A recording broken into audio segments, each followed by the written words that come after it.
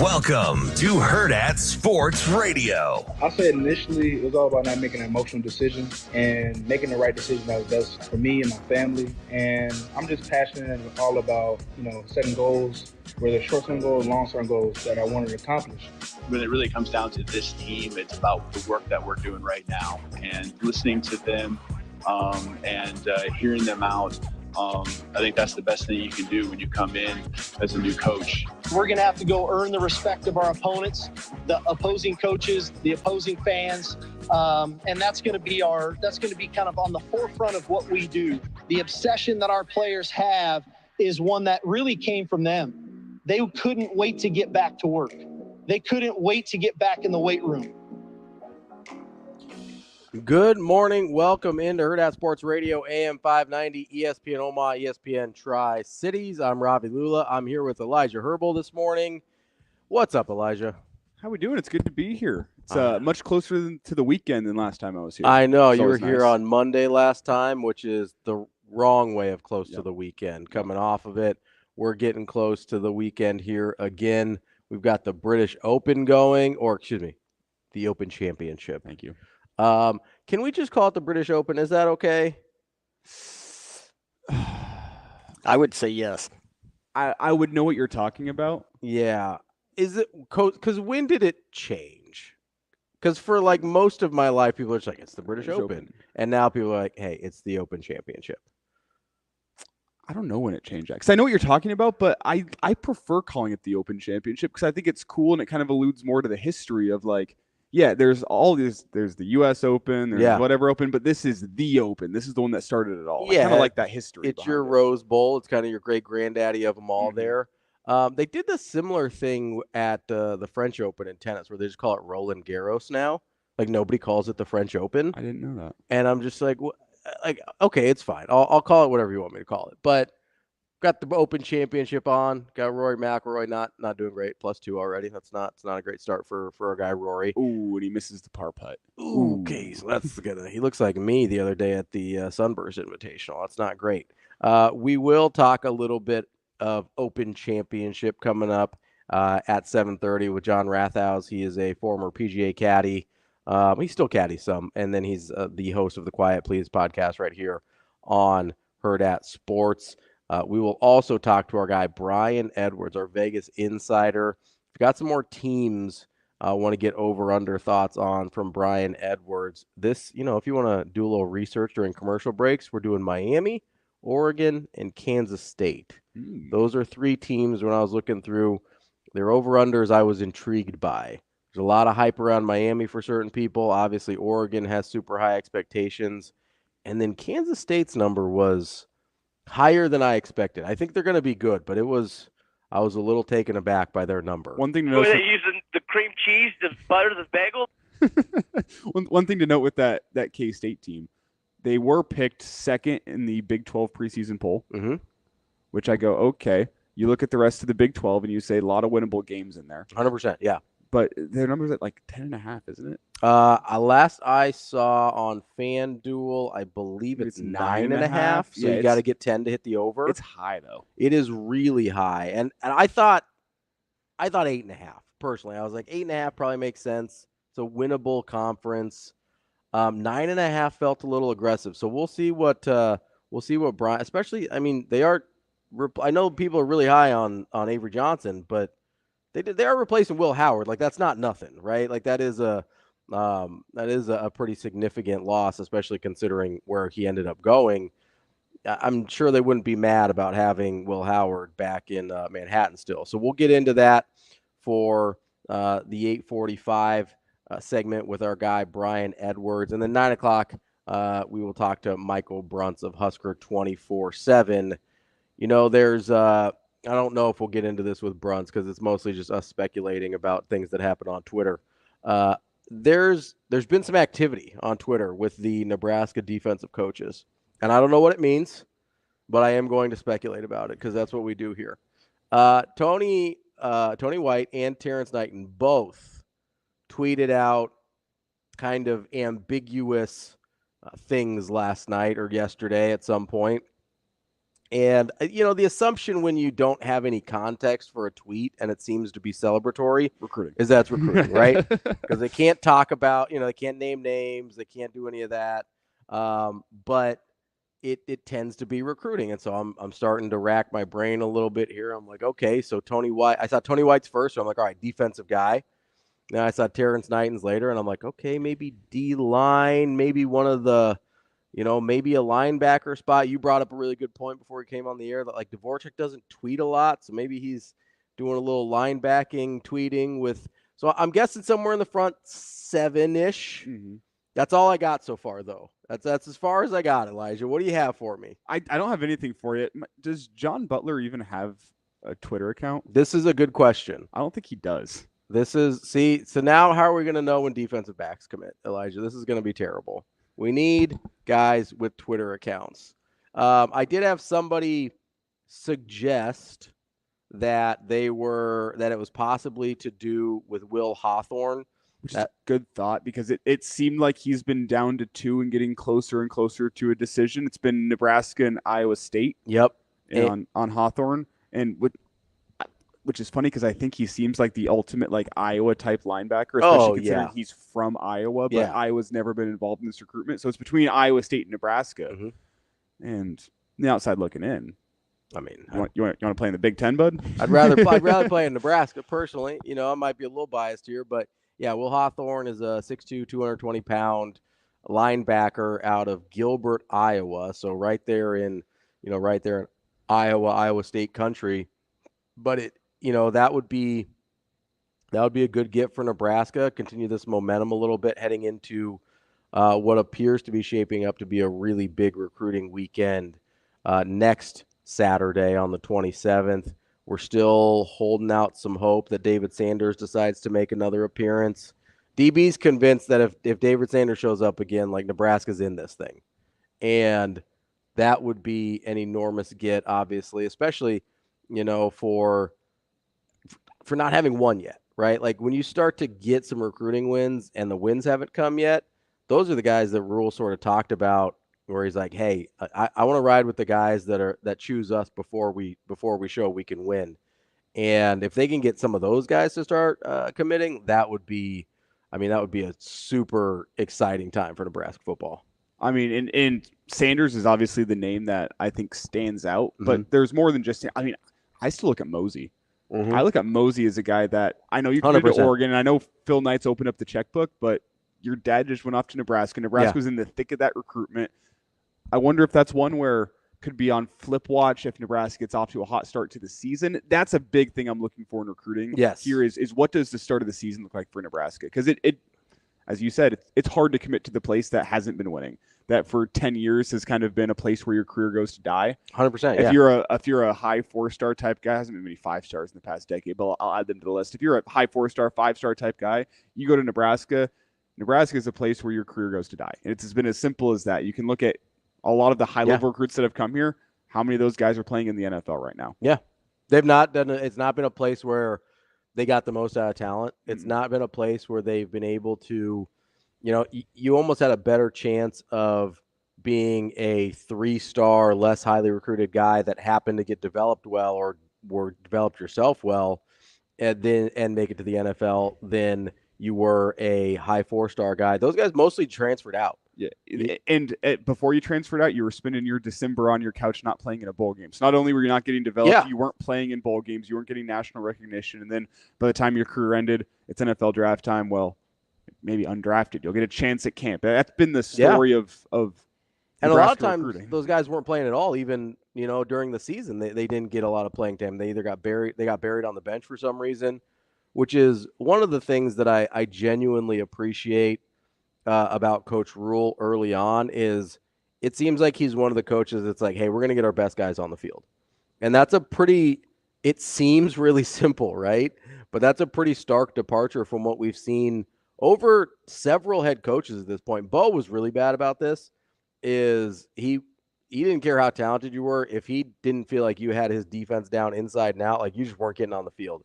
And so that's why you had a string of walk-on safeties playing for him instead of highly recruited and highly touted guys. That's why you had, you had guys waiting 3 and 4 years to get on the field, and most guys just aren't going to wait that long. And I know it's a little bit of a different circumstance because he still got on the field his first year. But I think back to Levante David, because that was a guy that as soon as he got on the field, he went, holy cow, why have we not heard more about this guy? And he was a JUCO transfer in and comes in. I think it was his first 3-4 games of the season, doesn't play all that much. And then conference play starts up and he gets on the field. He's going for 10 to 15 tackles a game. And you're going, where the hell was this guy where's this guy been? And it's kind of that same story of you didn't know the defense inside and out. You weren't getting on the field. Yeah, it's like, well, maybe we get the best guys on the field and kind of call the defense around that rather than the other way around. But I do appreciate that about Coach Rule is if you're talented and you're one of the best players on the team, he's going to find a way to get you on the field. And on top of that, as you talk about that ability to get guys on the field, like I look at what we saw from Ja'Cory Barney in the spring game. 100%. Like not only did he find a way to get him on the field with that kickoff return game, punt return game, which I expect we're going to see him in this fall, it was like the couple months of development they had with him from January up until spring football was they were trying to find the parts of his game that they could develop and accentuate in a short amount of time and say, this speed is what's going to get you on the field for us. We're going to find a way to make you even faster, add a little bit of mass to your frame, and find a way to get you college ready. Like, you don't have to do everything for us to start out, but we're going to find the things that you do really, really well. We're going to find a way to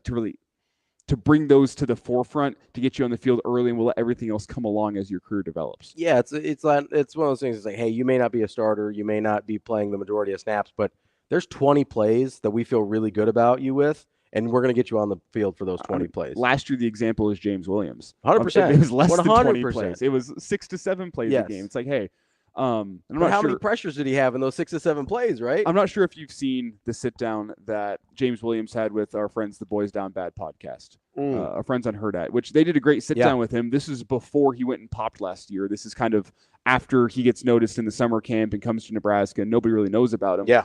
Nobody knew what he was going to be last season. They sat down with him. They're like, man, what got you noticed? And they're like, well, I was going out and doing the drills out in the field, and Coach Knighton's looking at me. He's like, yeah, your 3-cone drill would have put you among the first-round draft picks in the NFL last season, among the rush ends that we had. Like, you would have been at the top.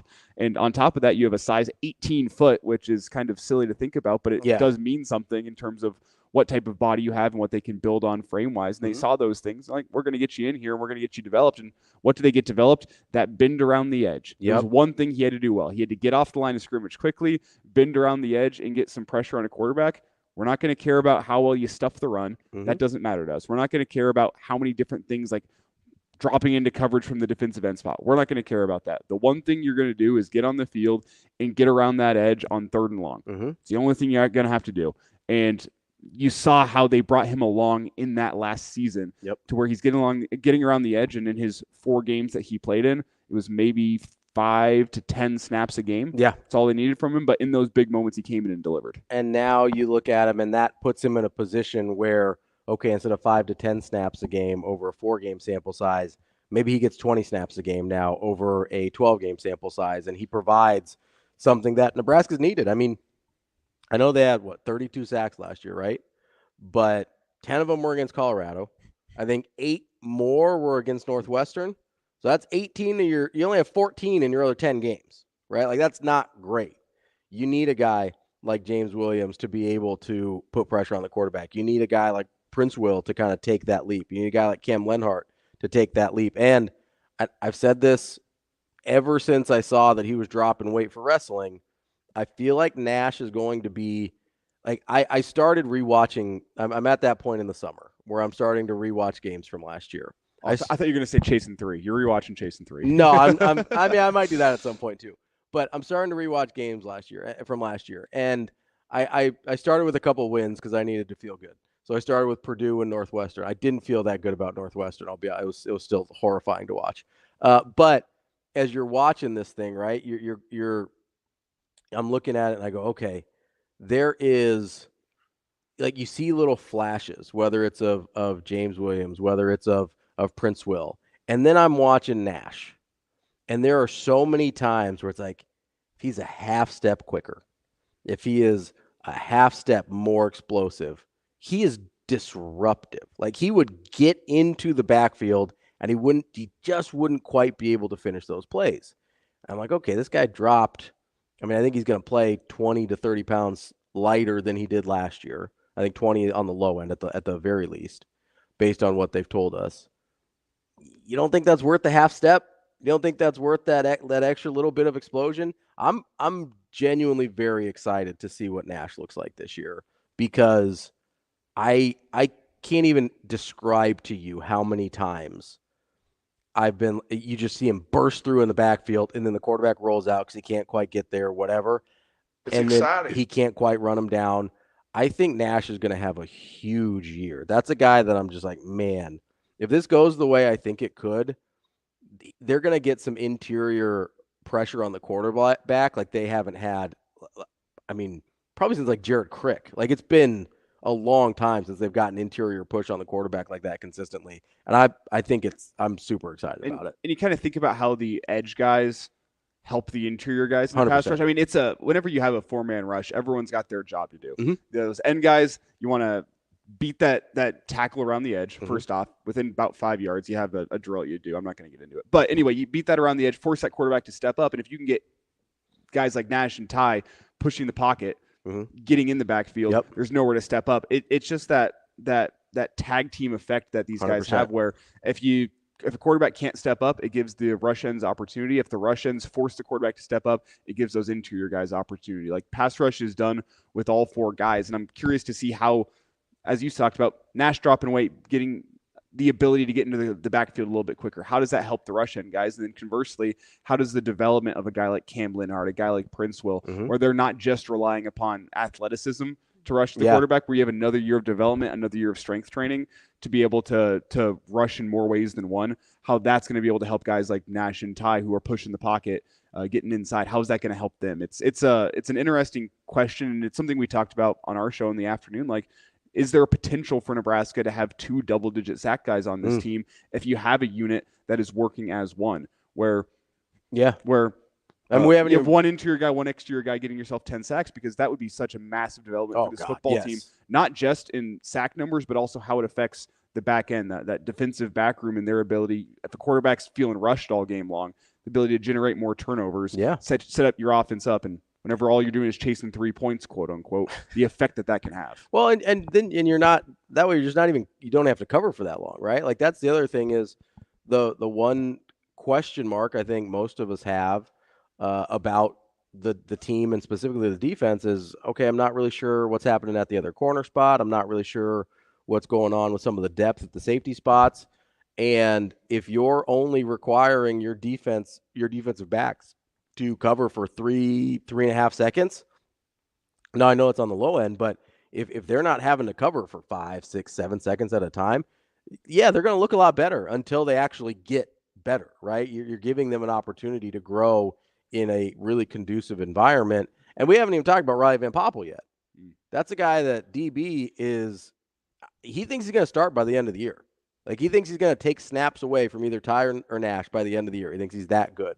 And that's not a knock on Ty or Nash from his part either. He just thinks Riley Van Poppel is that good. And the guy that we kind of started this conversation with, James Williams, he's had an entire year now to improve on that first round quality 3-cone drill, and to put some muscle on that frame that has size 18 shoes, and become kind of a more complete player, more complete pass rusher, instead of just going off of instinct and everything like that. You know, I don't think it's crazy to think that he may have a larger role than even we're anticipating at this point in the season. And I'm really interested to see how the defensive line plays out, because I was high on him last year, and I felt like I got kind of vindicated because people are like, oh, we don't know about these guys. I think that is a group that I could look at and say, hey, they may take a leap this year with the experience that the young guys gained and the improvement of a Ty and a Nash. And man, I can't wait to see what that looks like, because there's one thing that Nebraska hasn't had a ton of, and there's a lot of things Nebraska hasn't had a ton of, but one of them that I really miss is watching them get after quarterbacks. That's a fun thing to watch. Like, as a football fan, if your team is constantly just hammering the quarterback, That's a ton of fun to watch, and we haven't got to see that much in Nebraska. And I'm not sure if I have this notebook with me. In one of my notebooks, I went back through and I tracked the sack numbers for Nebraska football every single year dating back to the start of the Bo Pelini era. Okay. And my takeaway there's one exception. It was the 2016 year whenever teams were just throwing the ball all over the yard on Nebraska. Like, everybody understood, hey, the way you beat Nebraska is drop back and pass because you can put up 40 on them that way. Yeah. That was the one exception. But every other year, I think it was 2016, I should say, whenever Nebraska had a total of sacks that was greater than 35, the defense was top 20 in the country. Yeah. It was a pretty simple, easy to find correlation between the better your sack numbers were, the better you were as a team defense. 100%. Makes a whole bunch of sense. If you can get after the quarterback with 4, frees up 7 guys to go drop into coverage, which helps your coverage ability. If you're able to get home, puts teams behind the sticks, puts them behind down in distance. Makes now it hard playing to run. from behind makes it, I mean, you can't run the ball really. Now you know what the offense is going to be doing, so you can really pin your ears back as a pass rusher. You can bring some pass blitzes. What it allows you to do if you're able to get after the quarterback with 4. And I always think back to that Giants-Patriots Super Bowl. 100%. Whenever 2007. the Patriots were undefeated. It's the one thing that could beat them if you could get after them with 4 guys. I'll take it. The Giants got after him with 4. Justin Tuck, Eamon Yora, Strahan. JPP, and Strahan. Yeah, those 4 guys. They got after Tom Brady all game long, and it had Tom Brady in hell. Yeah. It was. And the Giants were able to pull off one of the bigger upsets of the Super Bowl of my lifetime, just because you looked at that undefeated Patriots team and you asked who can beat these guys. It came down to being able to get pressure with 4.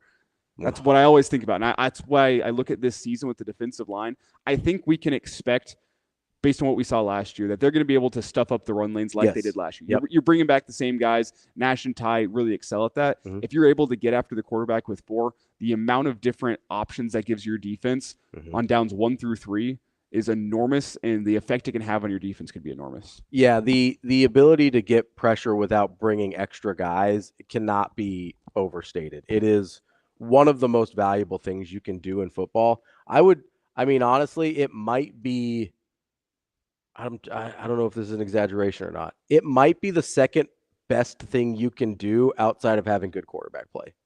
Like, in my mind, you could probably put consistent running game, just be able to consistently run the ball in the same neighborhood. But those are kind of the 3 things. If you can do any of those 3 things, you're off to a great start, because of everything you just mentioned, with it helps your coverage out immensely. If you have mediocre coverage, but they only have to cover for a few seconds, all of a sudden they're going to look pretty good, whether they are or not. Yeah, they'll probably still get beat some, but they're going to be in much better shape. If you're able to not have to bring pressure, then it doesn't really compromise you if they do a draw or a screen or anything like that. You've still got all the guys in the places they need to be to cover their assignments. It's a incredibly valuable thing that Nebraska has not had a lot of. And if they can get that part of the equation, I was talking about watching games last night. There is a level to this defense that can even ratchet up a little bit further. And there's people that talk about, like, the one thing Nebraska's defense can do in order to improve in 2024 is to bump up the turnover numbers, to generate more turnovers. Splash plays. It starts with your front 4. It starts with getting a pass rush. 100%. Coming up next, we're going to talk to John Rathouz about the Open Championship right here on Hurrdat Sports Radio.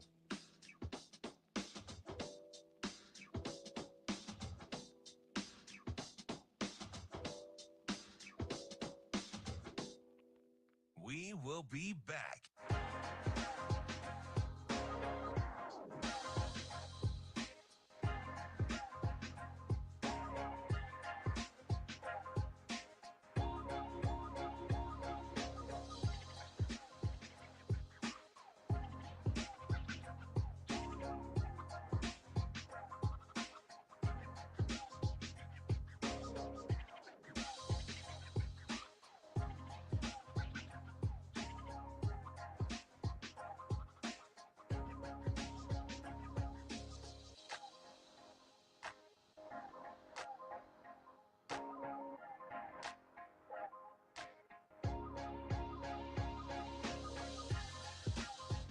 We will be back.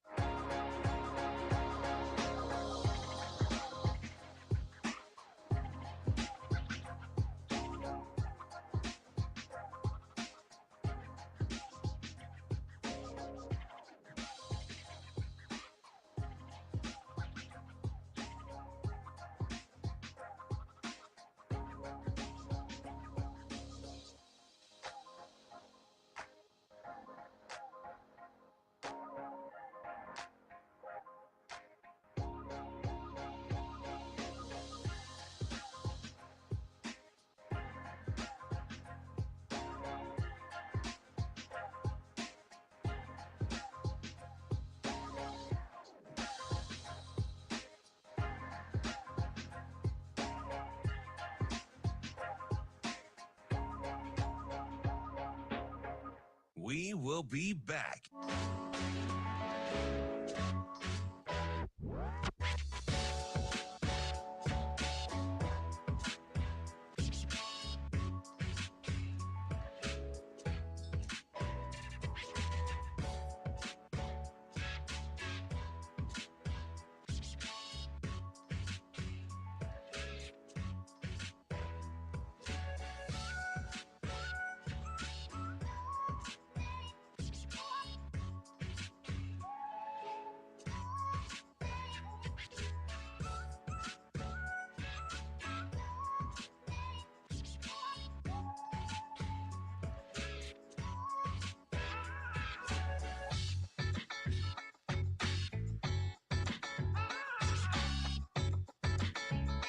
We will be back.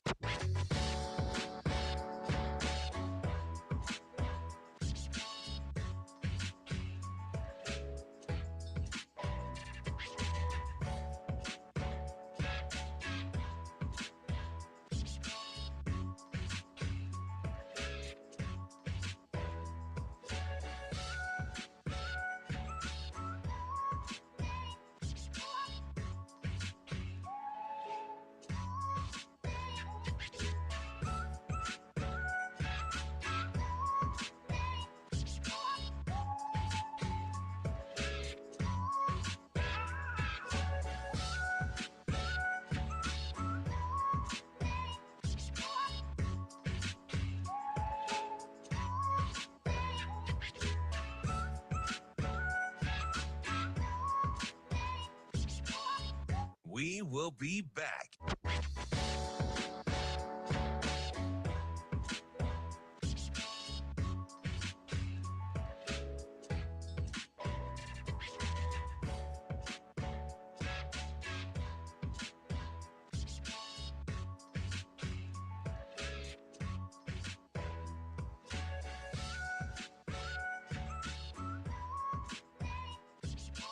We will be back.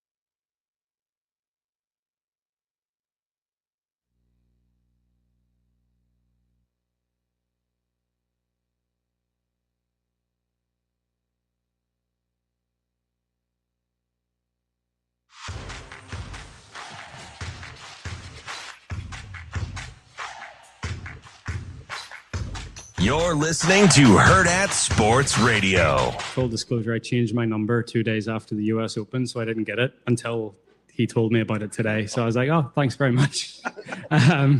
So I blanked Tiger Woods, which was probably not a great thing.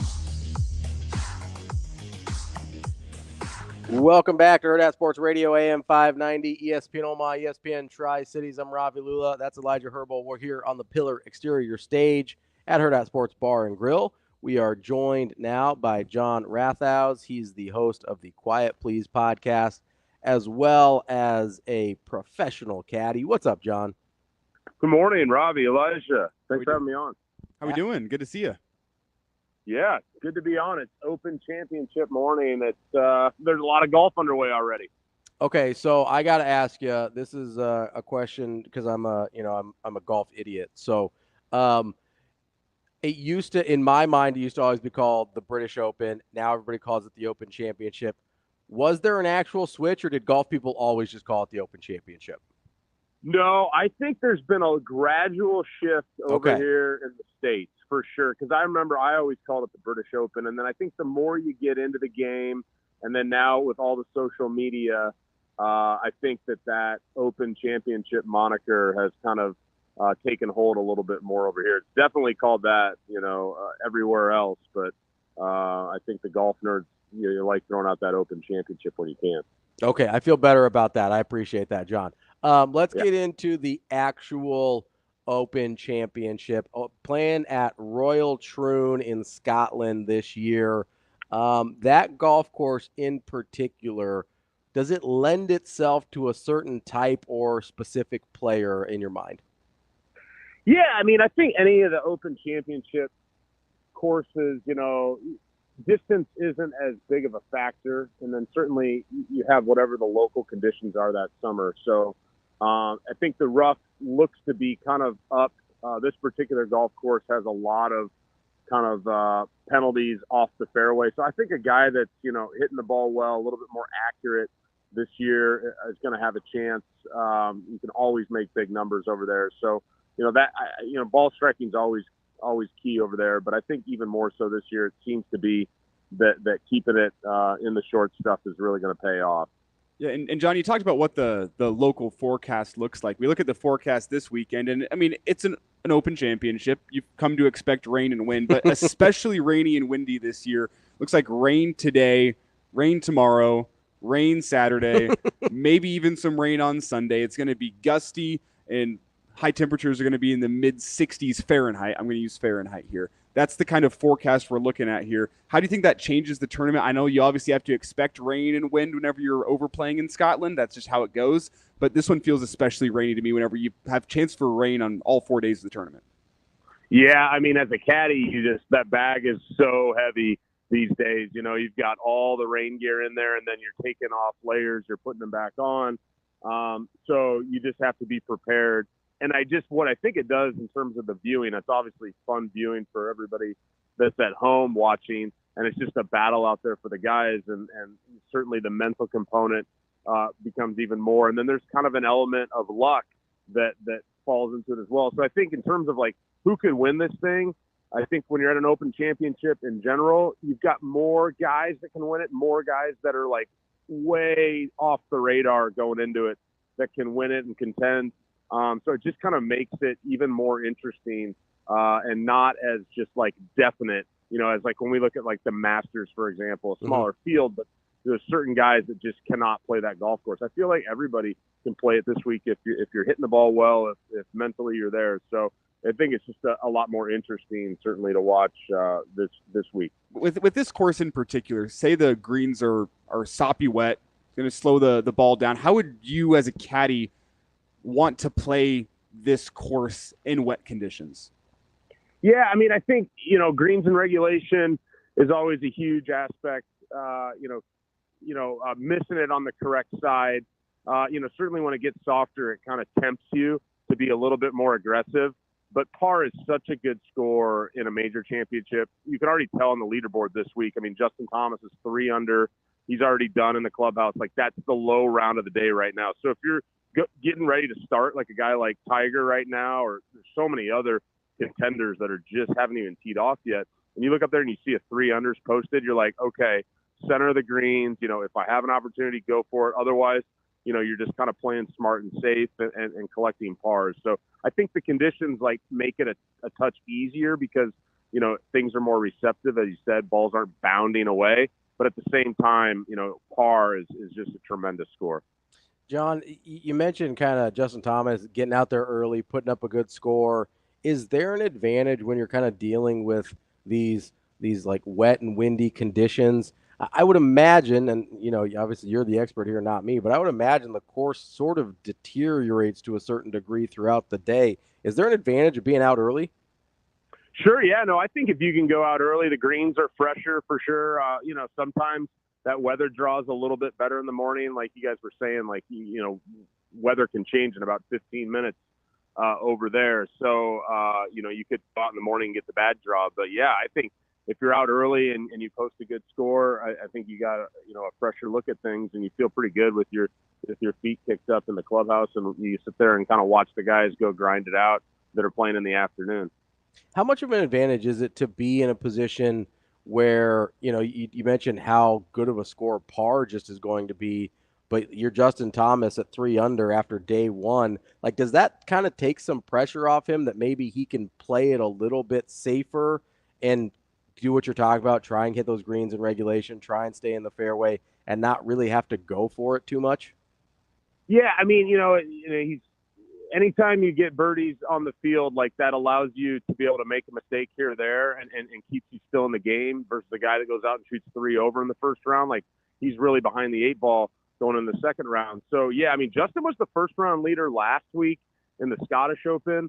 So he's coming in playing well. He kind of faded there. So he likes to work the ball in the wind. He's obviously one of the best players in the world. He hasn't been in top form, but he hasn't been horrible this year either. So, yeah, I think that's a huge confidence boost for him more than anything. And then also just kind of lays out a blueprint for you for the rest of the week. Now, the wind can change and stuff, but at least you go, all right, my game plan that my caddy and I put together going into the week, that worked out there today. And it's going to boost your confidence. And then, maybe go out there and throw another 3 under up there the next day. John, as we've watched here and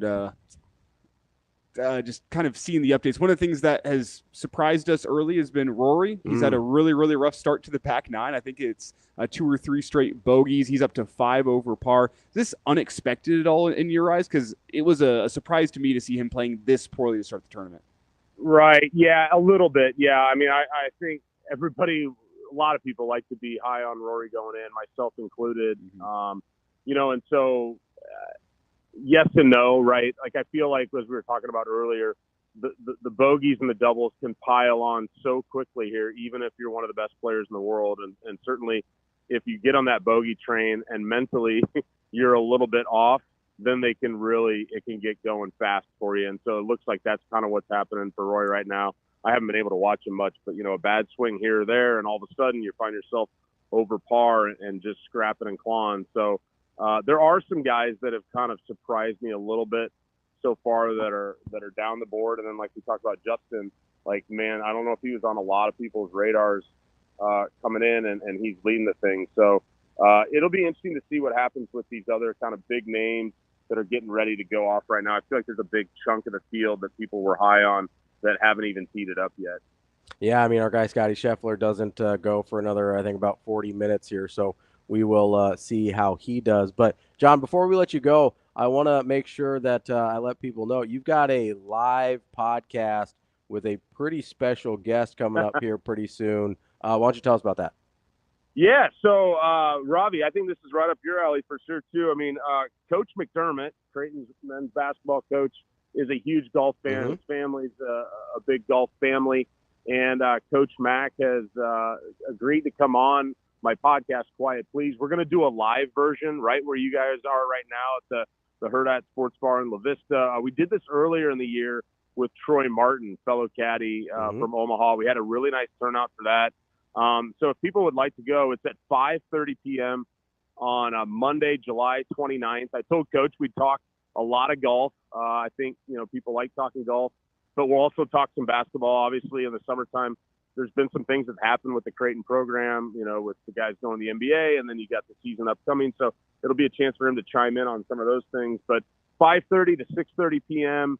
If you want to get a ticket, go to the Hurrdat Sports Bar website and click around on the events page, and you can find the podcast and get yourself a ticket ahead of time. I think we can seat about 100 people, but it'd be a great opportunity at the end of the day of work, go get a beer, maybe get some dinner and listen to Coach Mack tell some stories. That's what I'm thinking. That's awesome, John. I'm going to slip you some questions about basketball for that one, too. Please do. See what we got. Please John, do. We appreciate it as always, and I can't wait to see you on July 29th for the podcast with Coach Mack.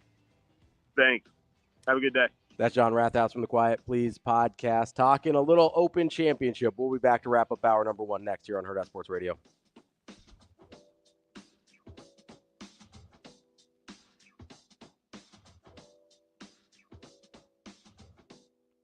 We will be back.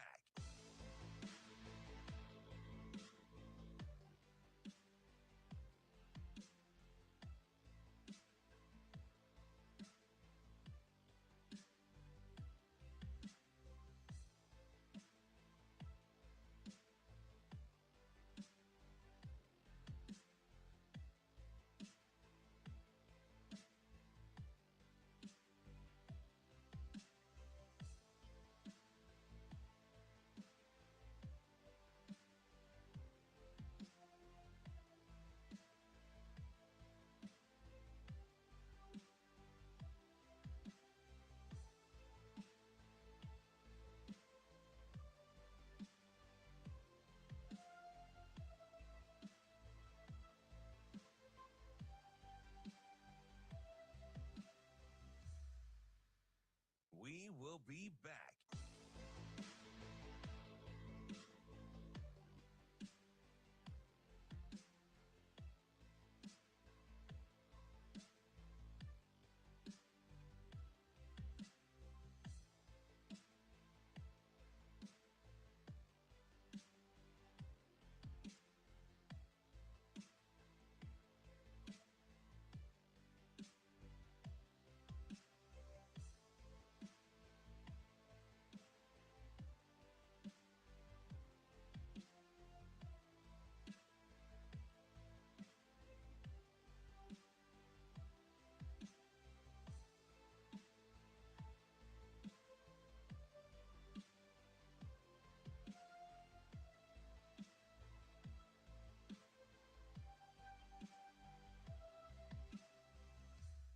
We will be back.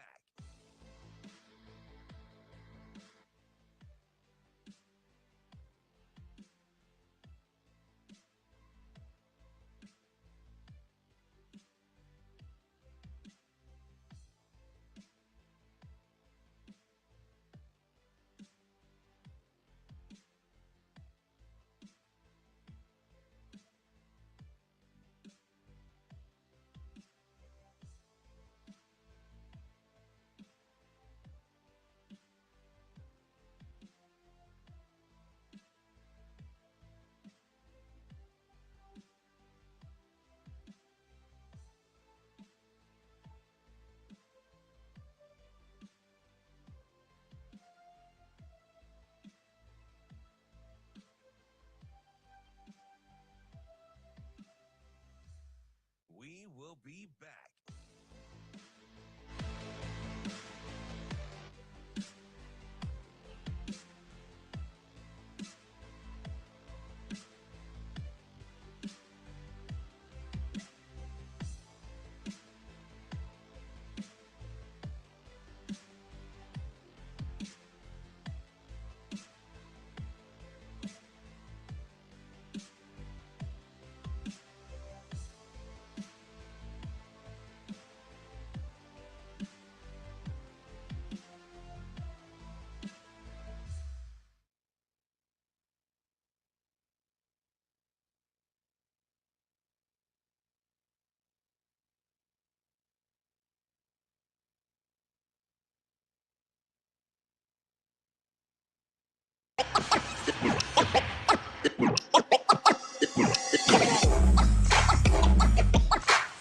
You're listening to Hurrdat Sports Radio.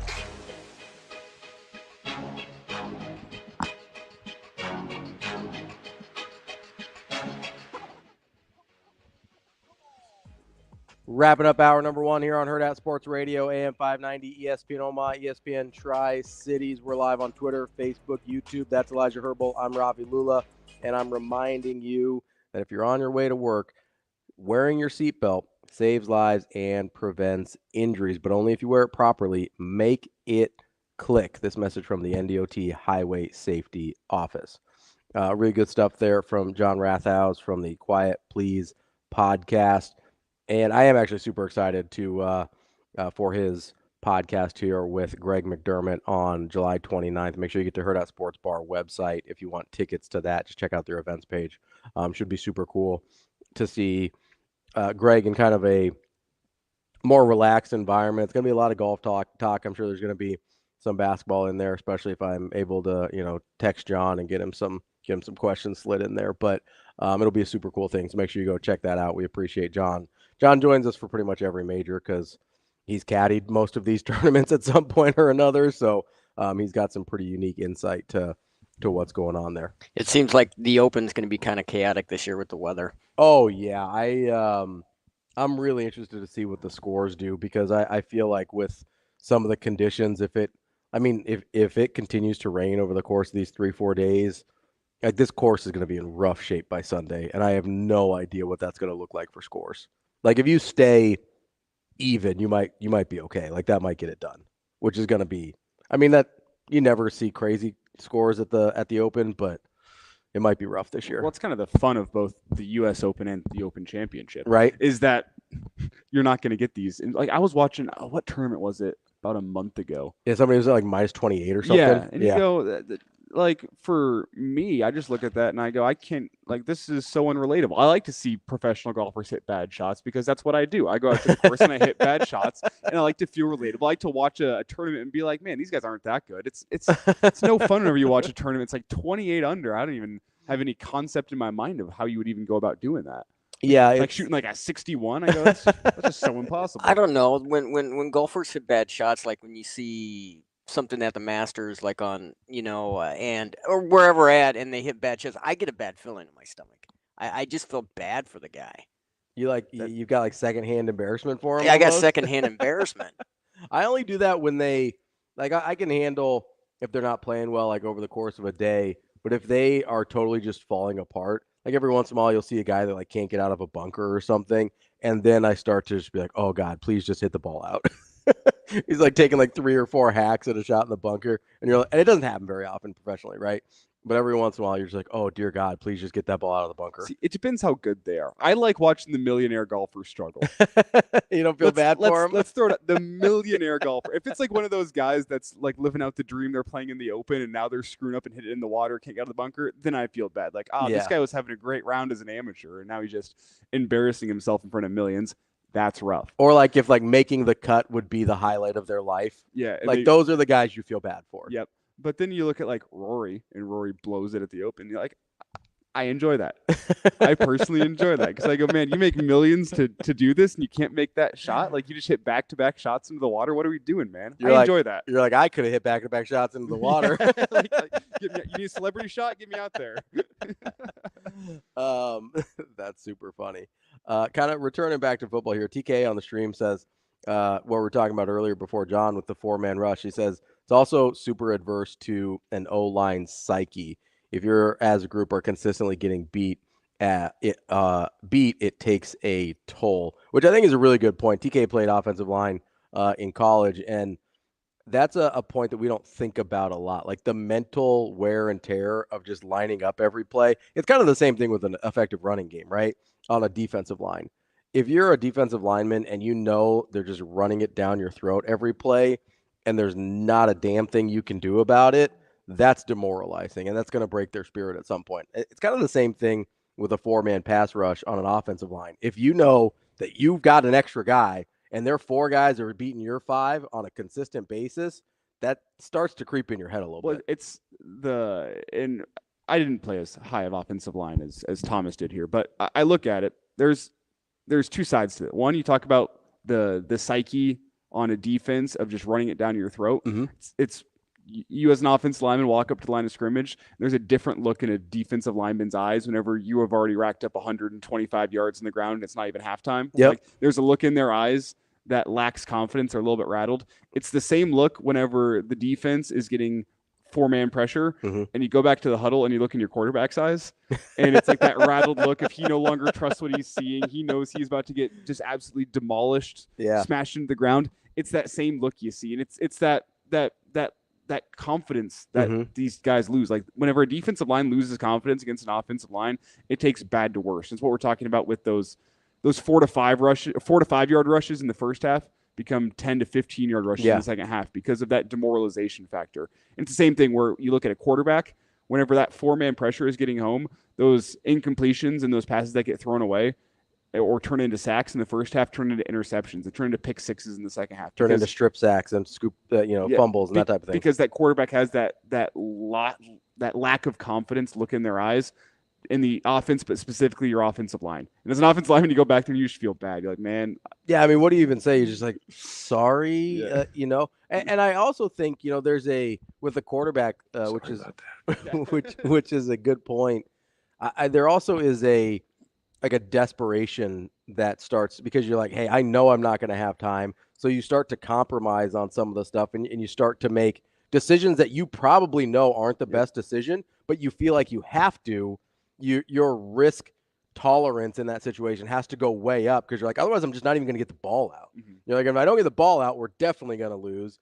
If I make this questionable decision, there's a chance it could go our way, but eventually that's going to flip against you as well. So it's a super good point by both you and TK about kind of the psychological impact, because there is man, you see it sometimes.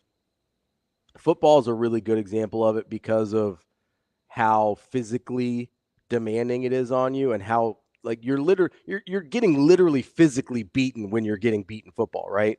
Whereas in other sports that's not really the case, but you do see it sometimes in other sports where you just see it in their eyes that they don't want to be there anymore. And that's one of the like most dramatic things to do to an opponent. Yep. I think, well, you look at the physical sports. You see it in boxing. Mm-hmm. Oh, yeah, 100% in boxing. You see it in boxing where sometimes you get to like round 7 and 8 and you can see it in the guy who's losing that he doesn't want to be there He's anymore. just like, I have to get up again?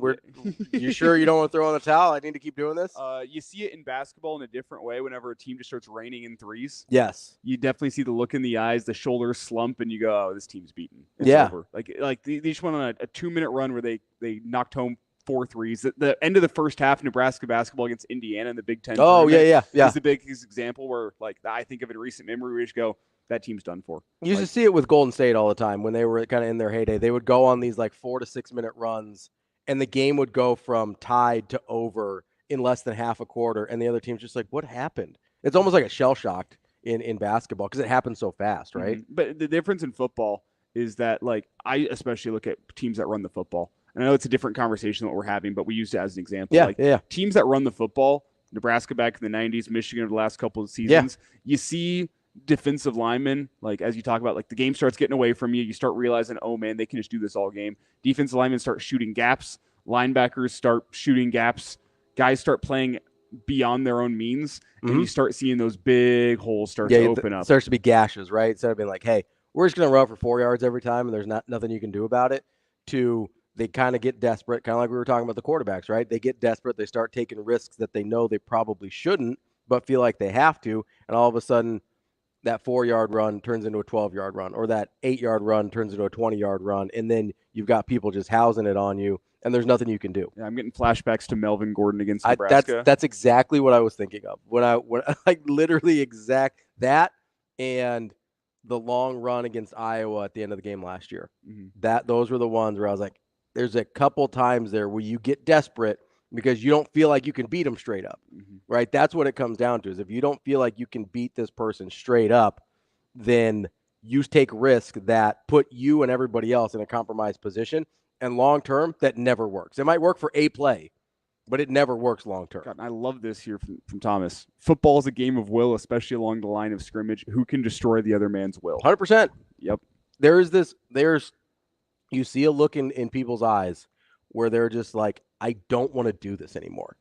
And that's the thing more than anything else. You know, you want to talk about 90s Nebraska football. That is the thing more than anything else.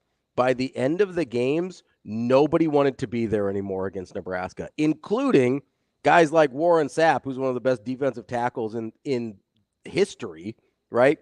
Go back and watch that Orange Bowl. The dude's literally on oxygen. He's got an oxygen tank most of the fourth quarter.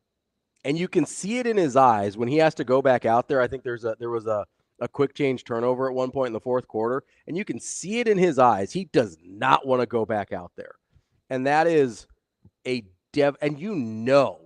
when you're the other team, you see it in their, if I can see it on TV, the offensive line 100% can see it, and that's when you know you've got them. There's this great comment I saw. It was a Nebraska option play against Oklahoma that was making the rounds from Coach Dan Casey on Twitter. Yep. And one of the guys in the comments was like, I played against this team back in the early 80s. I played at UNLV. They played us, and I think it was 81, he said. Like, he was like, I was a second-string D lineman. I was rotating in. And I realized we were beaten whenever there were backup offensive linemen coming in and still driving me into the dirt. He's like, it's 115 people on the sideline, and you think maybe you get to the backups and it'll be better. Nope. Backups come in and they're still absolutely crushing us, and that's when I knew we were beat. It is not any better. That's hour number 1. We'll be back here with more Hurrdat Sports Radio coming up next. That's Elijah. I'm Ravi. We're on AM 590, ESPN Omaha, ESPN Tri-Cities.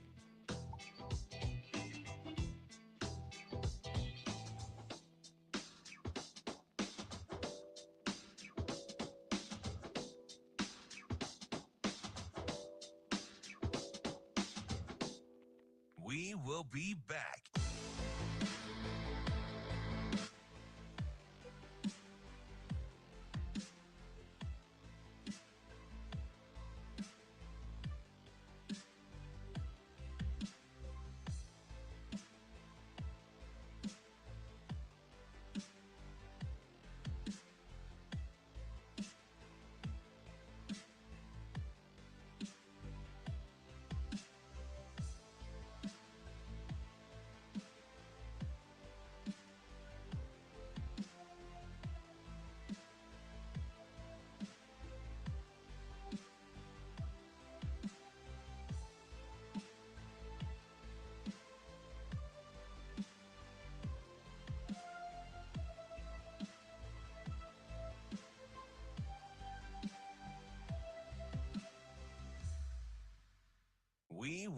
be back.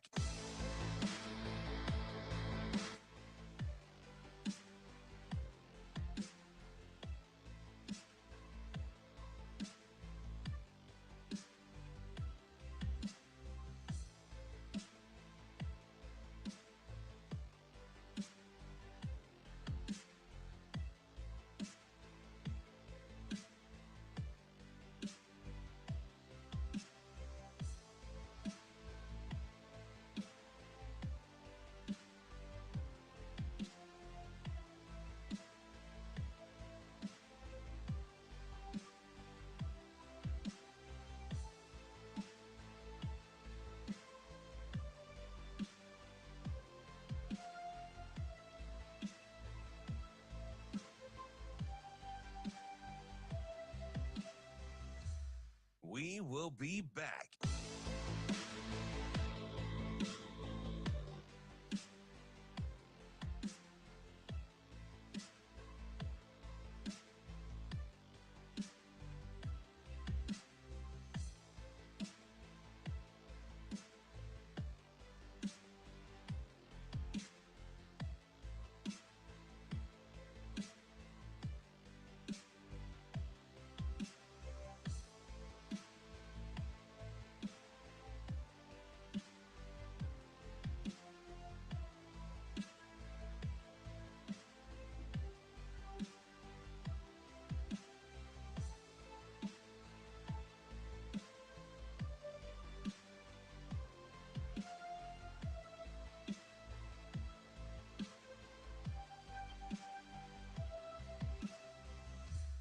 We will be back.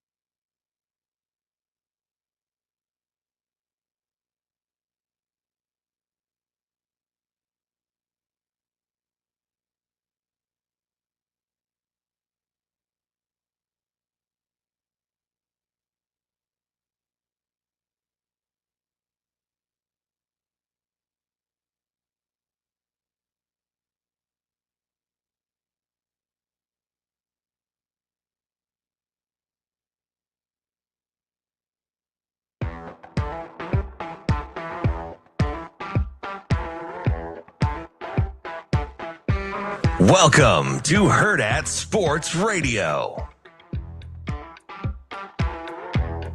We're back here on Hurrdat Sports Radio, AM 590, ESPN Omaha, ESPN Tri-Cities. I'm Ravi Lulla. That's Elijah Herbel. We're here on the Pillar Exterior stage, live from the Hurrdat Sports Bar and Grill in La Vista. DB will be back next week. He's at team camp for West Side this week, so we appreciate Elijah and all of our other fill-ins for spending some time with me here this week. I don't know about you, Elijah, but I've gone in the last few days. I'm full-fledged mentally in college football mode now. I don't know if it's the NCAA football game dropping. I don't know if it's like my favorite sort of summer events are over. Like I love Wimbledon. That finished up on Sunday. The All-Star game's over. Like whatever it is, I've made a mental shift. We're in full-fledged college football mode. So we were talking earlier about how fun it is to watch an effective pass rush. And it kind of reminded me of this conversation I had with my buddy yesterday about he's a big Illinois guy, and so I'm asking him, about how he thinks Illinois is going to be this year, because I'm looking at some of the over-unders, and they're at like 5.5, and I'm like, okay, they're going to make a little bounce back this year, because I kind of like Brett Bielema as a coach. I think he's good at what he does. And he goes, yeah, I think we're going to be pretty good. I think he said we're going to be pretty good on offense and terrible on defense, or vice versa. I don't remember which one. I'd have to look back at the text. But it led me to this question of if you had to choose one or the other, being good on offense and terrible on defense, or terrible on or whichever one I said the opposite of, right? I follow you. You have to be good on one and terrible on the other. And let's assume that the wins stay the same. Let's assume you're a decent team. Like, let's say you're 8-4, right? Basically, the question is, would you rather be Iowa last year or USC? Right? Because they're about the same level of team in terms of the wins. I think Iowa ended up with 9, USC ended up with 8.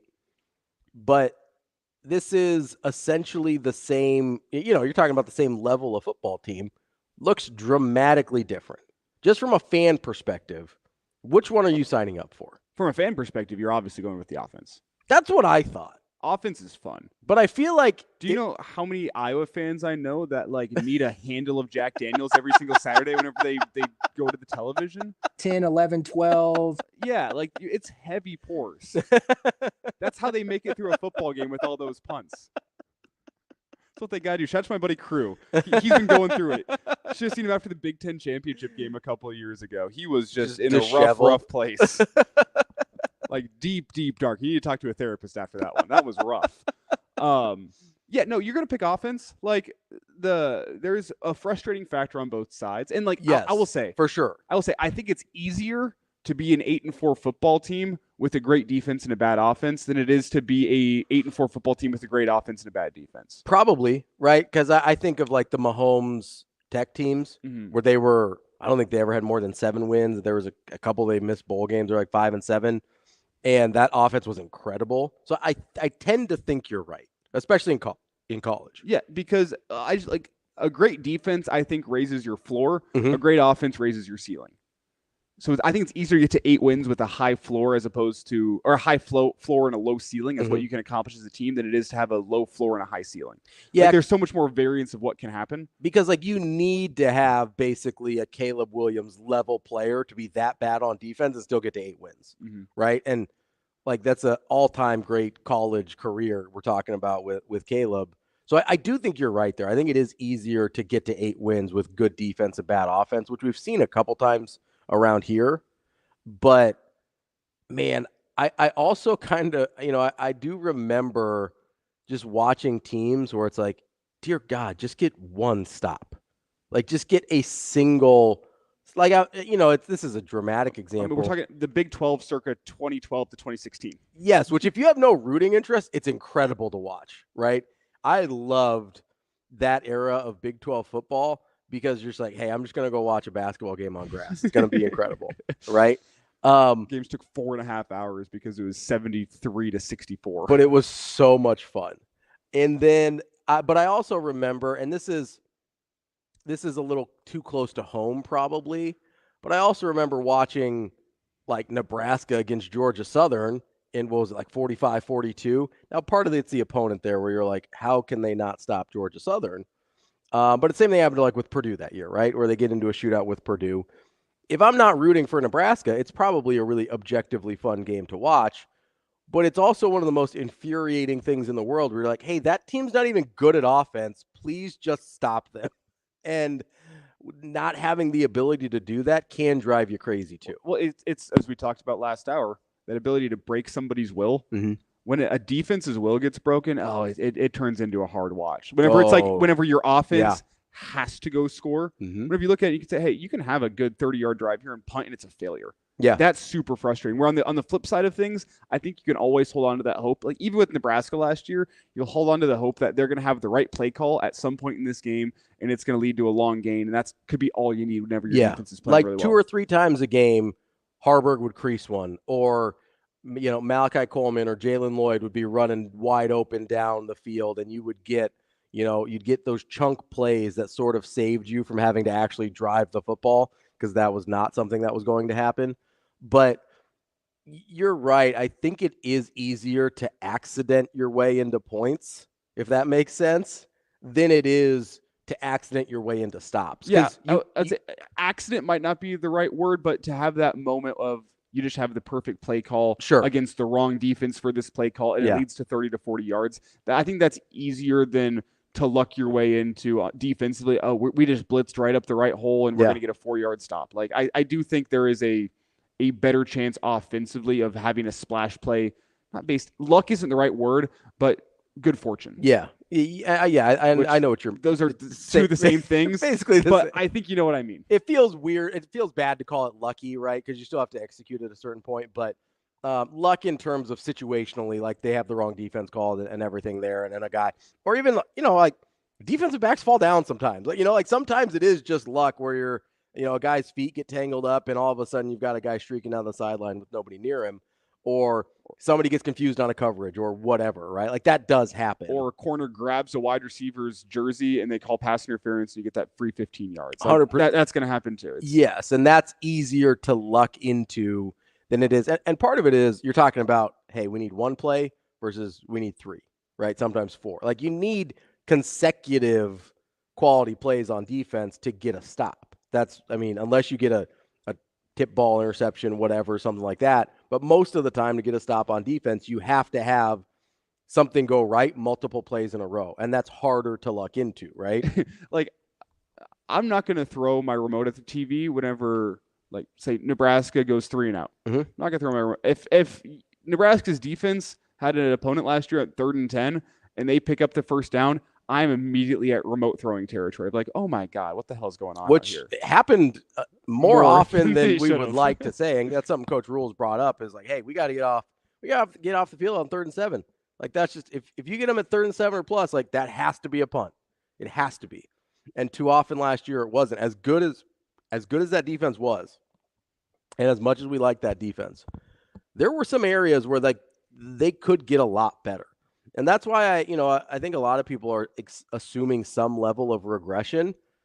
And as I'm watching, even in those games, so I watched Purdue and Northwestern last night. Thank God for BTN and 60. We love those things. But so I'm watching Purdue and Northwestern last night. And even in those games, I go, man, there are some stretches where the defense wasn't good. Like overall, the numbers ended up being really impressive, right? But there's a lot of room for improvement on that defense still. Whether it's the pressure we talked about earlier, whether it's getting off the field on 3rd down, whether it's turning the ball over or creating turnovers for the other team.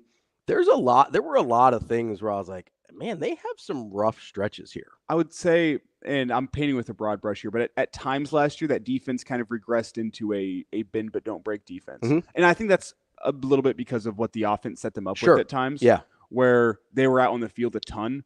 And in terrible positions. In terrible positions where it's, hey, they're starting with the ball at the 50-yard line. They're going to drive, pick up a couple first downs. You're going to bow up around the 20-yard line, force into a field goal, and that's a win. Yeah, that happened times last year. Or you're playing with a lead. In the rare times that they did that last year, where the offense is going to drive down, pick up a couple first downs, and they're going to pin your offense deep, and it's going to screw you over for the next quarter because your offense can't pick up a first down. And you can't get out of it. Yeah. Yeah. And now that other team is playing starting field position between the 40 and the 50 every single time. Yeah, they're starting downhill every time. And eventually, as we talked about, they're going to have that one play that's going to pop off. It's going to get them into field goal range, and they're going to get 3 points on the board. Like that's what I think that defense regressed into at times. Which bend but don't break is harsh. That's why I tried to explain it out a little bit more than that. But there were elements of that. But there were elements of at times a bend but don't break defense where they weren't as dominant as you'd like a black shirt defense to be. And honestly, not as dominant as the numbers would lead you to believe, right? That's, I think, the other thing is, again, it was a good defense. I don't think by any means is it an unreplicable defense, right? Like 2009, you look at that thing and you're like, that's not happening again, right? You're not going to have this generational freak show of a season from a guy like Ndamukong Suh. Like that's just, I don't care how good Jared Crick is, and I love Jared Crick. That wasn't happening again. I mean, there aren't many defenses that could have their offense turn the ball over 7 times in a game and you still only give up 9 points. Right? Like that is one of the most painful Husker memories of all time. 9-7 Iowa State at Memorial Stadium. I still remember Niles Paul just being like, here you go. Just at the goal line. The wildest thing, right? That you're right. That is that's a defense that was, you're just like, yeah, that's not something we can replicate. That's not something we can do again.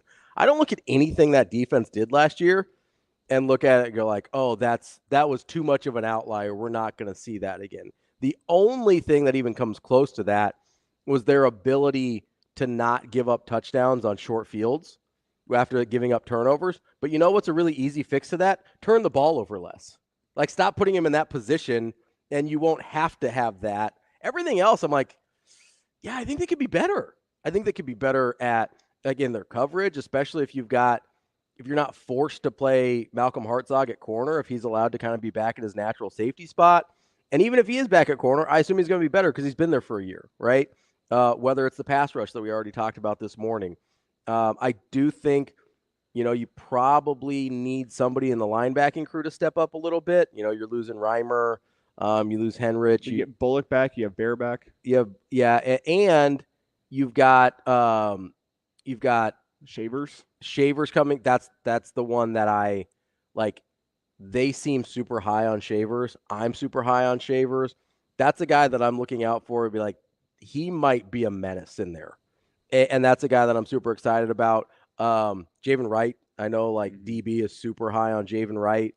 They've got guys that I think easily could upgrade that position from what it was last year, and that's not taking away anything from Reimer or Henrich, right? But I don't see anything where I look at that defense and I go, oh, they can't get better there, right? Like that's a team that across the board defensively, I go, yeah, I know the numbers were good last year, but they didn't turn the ball. They didn't create a ton of turnovers. They didn't have a ton of splash plays. They didn't get off the field on third down very well. That's a defense I go, hey, second year under Tony White with a bunch of these guys that should be better.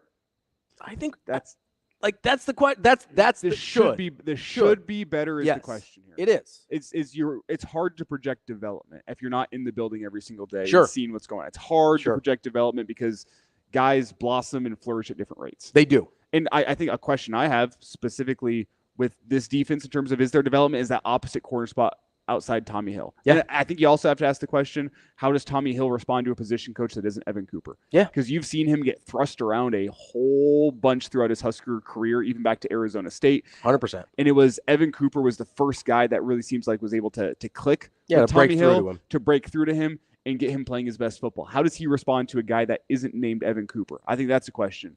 The talent on the opposite corner spot with Bly Hill still rehabbing from his spring injury, which one of those young guys can step up?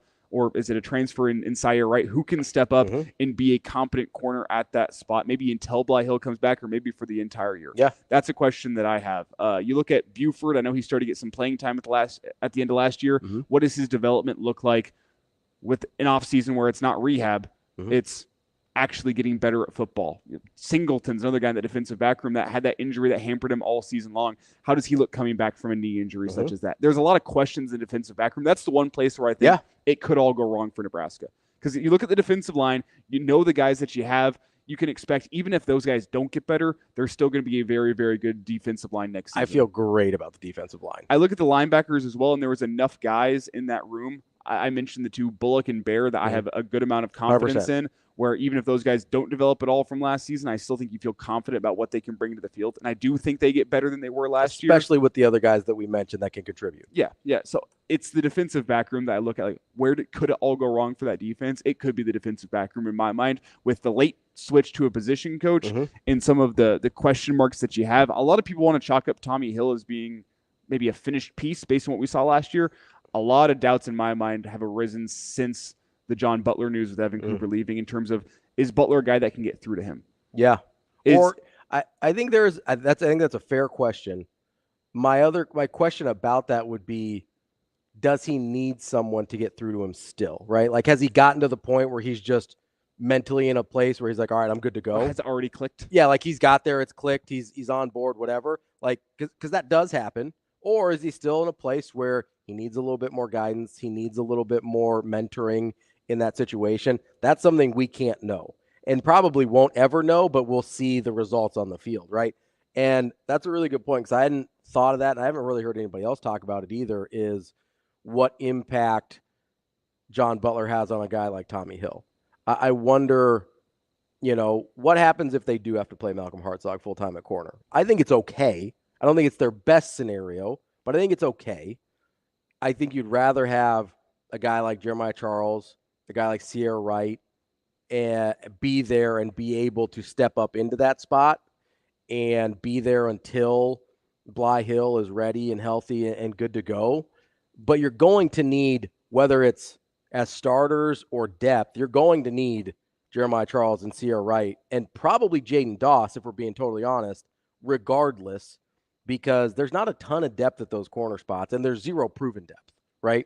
Outside of Tommy Hill, there's zero proven corners on that roster. And that's the one positive for that spot opposite Tommy Hill's. You do have a ton of options. Yes. It's not like you're staring down the barrel against like, well, Hartzog just has to be better this year, or pick a guy just has to be better this year. You have options. You have guys you can turn to, and we know development's not linear in football. No. So you never know what an off-season development looks like. Or somebody guys, pops. There's potential that there's going to be a guy who pops at that corner spot that we're not even talking about right now. But you look at the options. You look at Jeremiah Charles. You look at Little Boodle. Yeah. People forget about him because he had the injury last year. You looked at Sire Wright, as you said. Can we say Caleb Benning? I know Damon's not here, but I'm going to say Caleb Benning as being a potential guy that I'm not saying is going to not as a corner. I think he's going to be a safety. Safety? I think he's going to be a safety. Okay, shows what I know. Well, no, I mean it's fair. Like I think there was some discussion about what he could be, because I don't think it's out. Like, he's got really good cover skills, but just from obviously being close with the family, like that dude loves hitting people. Like I think he's gonna be a safety. He comes downhill with some bad intentions. Yeah. So I'm just saying, but there are options. Just options in terms of Yeah. You don't know what the development looks like behind the scenes. Mhm. You never know who might pop. That is the big positive, is you have options in that spot. You can always turn to somebody else and say, hey, so-and-so's not getting it done right now. Shedeur Sanders is 400 yards passing. It's a 3-point game. We need somebody else to get out there and give us a look. You have options. I don't think that's where you want to be going into fall camp, but there could be worse places to be than having options at a place where you just need one guy to pop. That's all you really need. Well, and really, it's I do have doubts, so I'll just say that. Oh, for sure. It's the place on the roster that I have the most question marks about. Mm-hmm. I actually feel pretty good everywhere else, if I'm being totally honest. Like, I do have some questions about the running back room, but I think I know what it is. I think they will be solid. My questions are, will anybody be special in that room? And I tend to think not, but I think you've got enough guys that are solid that you'll be able to run the football, right? I feel really good about the wide receivers. I feel really good about the tight ends. I feel very solid on both sides of the line. Obviously, you're counting on Dylan Raiola to be that dude, but that's not really a question. It's just like, we got to go see. Like, he's got to go prove it, right? But you know what you have. You know what has to happen there, right? There's not a little ambiguity. It's either like, hey, Dylan Raiola is that guy, or we're going to have to run a different offense with Heiner Carberg. Like that. Those are the options, right? I'll throw one more if you want to talk doubts. Yeah. One more place. Special teams? Well, special teams, yes, but like if we're talking actual the 22 guys that are playing off the defense, I look at that left side of the offensive line, and I do have my eyebrows raised a little bit. Okay, talk to me about that. Prohaska Does he feel good or no? He's never been able to stay healthy in his Husker career. For a whole season, true. For a whole season, that has been a big struggle for him. If he is healthy, you feel okay. If he's healthy, I feel okay because of what we saw from Ben Hart on the right side last year in terms of development. Again, development's not linear, so it's hard to say because Ben Hart did it, Prohaska can do it. Yeah. But I do think, he's had a healthy offseason, Prohaska. And when he's played, he's been good. To work himself. And when he's played, he's been good. But it's the when he's played. It's the when he's played, exactly. That concerns me. Fair. Can he stay healthy for a season? And then you look at Mazuka, who's likely, I think, going to be your left guard. Yeah. Great football player. Although they're pretty high on Latovsky also. But one of those two, you'll have two options there. But Mazuka's the guy you brought in to be your starter. I would think he's the guy who you brought in to raise the ceiling of your offensive line. Yes. We still have yet to hear Mike has finally figured it out here at Nebraska. Because we heard that from Rule in the spring. Like, we think Mazuka's going to be a good ball player as soon as he figures out what it means to be a part of this team to fit in. Mm-hmm. And then I'm not sure if you heard, Donnie Raiola was on the network last week and talked about the offense line. And I was hoping to hear something along the lines of, man, that's a guy that really figured it out and has bought into the culture here this offseason. Still didn't hear that. You still hear that dude's great offensive lineman. Super talented, plays hard. You still haven't heard, that's a dude that's bought into the culture, that's bought into the room, that gets what it means to be a Husker. You haven't heard that just yet. So I still have some doubts about that left side of the offensive line. Okay. Because then you have the questions with the depth of how developed has this depth been, some of these younger guys that Donnie's brought in. That's where that question, or that's where those questions come into play, is what is the depth of that left side of the offensive line. But that is the one place, like a Prohaska injury. Yeah, if you get a Prohaska injury, you're probably looking at Corcoran having to move back to one of the tackle spots. Don't feel great about? No. Yeah, he's much better at guard. Yeah. That's a place, and he's coming off an injury. And I think he's shown that if he's able to play guard, he can be really, really effective. If he has to play tackle, maybe you don't feel great about it. I don't feel great about him either place, but I feel better about it if he gets a full offseason to know where he's playing, get to play. He hasn't been able to ever in his Husker career, maybe dating back to his freshman year, be able to look in the offseason and say, I'm going to be this position this year, and you play that position throughout the entire year. Yeah. It's never been the case. It's always been working at guard. Well, now he's got to play tackle because someone got hurt. Or he's working at tackle. Now he's got to play guard because someone got hurt. That's been the story of his Husker career. He's never got to settle in a place. So you'd like to see him get a year to settle in. That's why I worry if you have to move him back out to tackle because he's been thrust around his whole Husker career. You know who has gotten some run that I think might help solve one of those problems is Tyler Knack. That's a guy where Utah transfer. They seem pretty high on him. And if you do have an injury, whether you have to I think you probably want to leave Ben Hart on the right side because he's been so good there. But that's a guy that could provide some depth at the tackle spot. I agree. A Prohaska injury does shuffle things in a way that you don't feel good about in the same way. But I do think they have more. This time last year, we were struggling to come up with 5 guys. Legitimately, right? We were struggling to come up with is Jacob Hood going to play? And that's a guy that's still on the roster too. Sam Sledge is there. It's a guy that a lot of people like. And you make your biggest stride by all accounts between your freshman and your sophomore year. That's where he's at, along with Gunnar Gatula. I would say Gunnar Gatula as well, who is more that tackle spot. It's a fair point. I do feel, for me personally, I feel dramatically better about offensive line than I do about the secondary. I feel like we've got more answers on the offensive line room than they do in the secondary.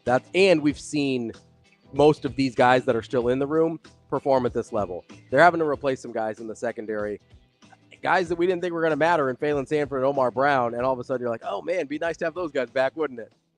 Coming up next, we've got more Hurrdat Sports Radio here, AM 590 ESPN Omaha, ESPN Tri-Cities.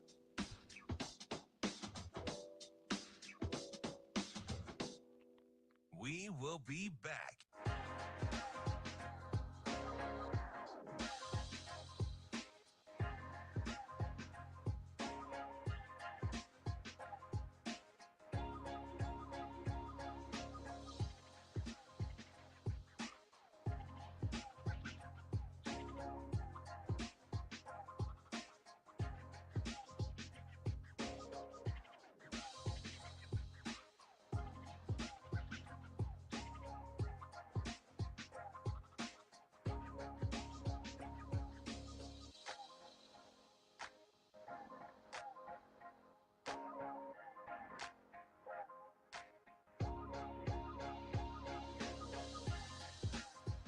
We will be back.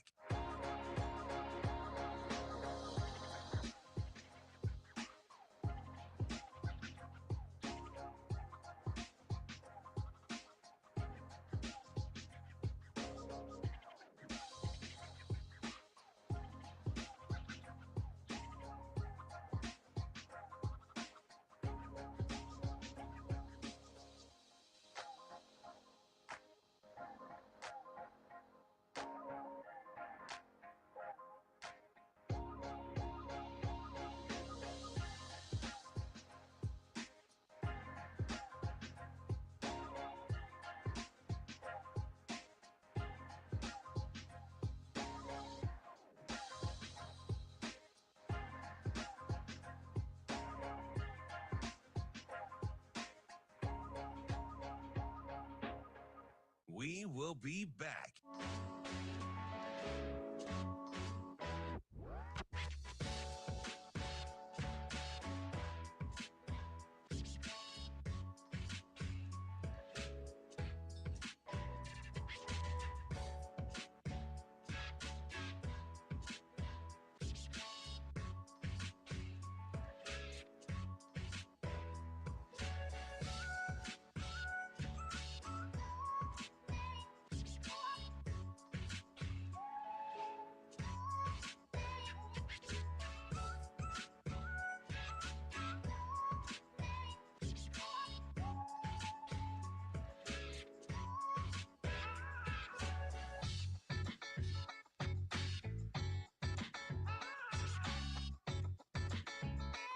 We will be back.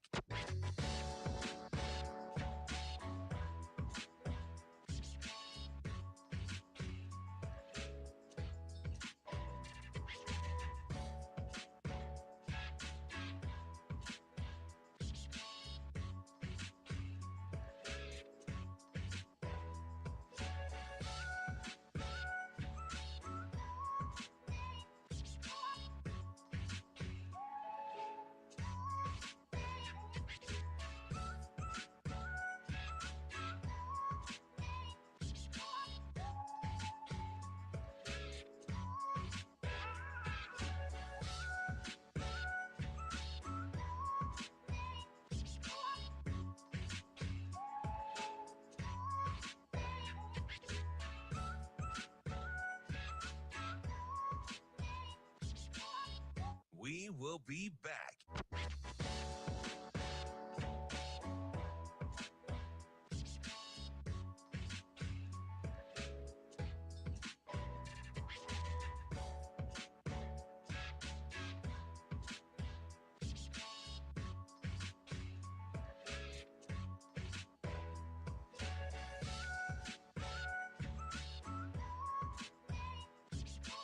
We will be back.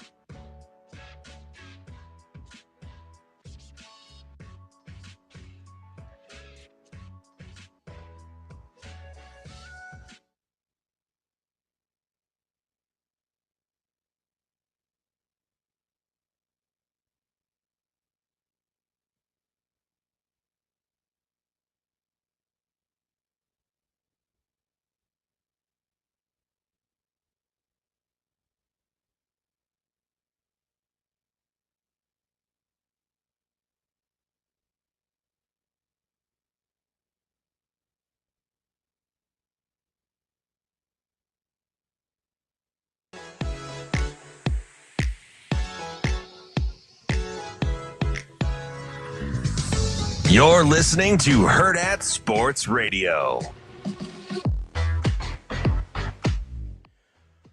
Welcome back to Hurrdat Sports Radio. We're halfway through the show here on AM 590 ESPN Omaha, ESPN Tri-Cities. We're live on Twitter, Facebook, YouTube. That's Elijah Herbel. I'm Ravi Lulla, live on the Pillar Exterior stage.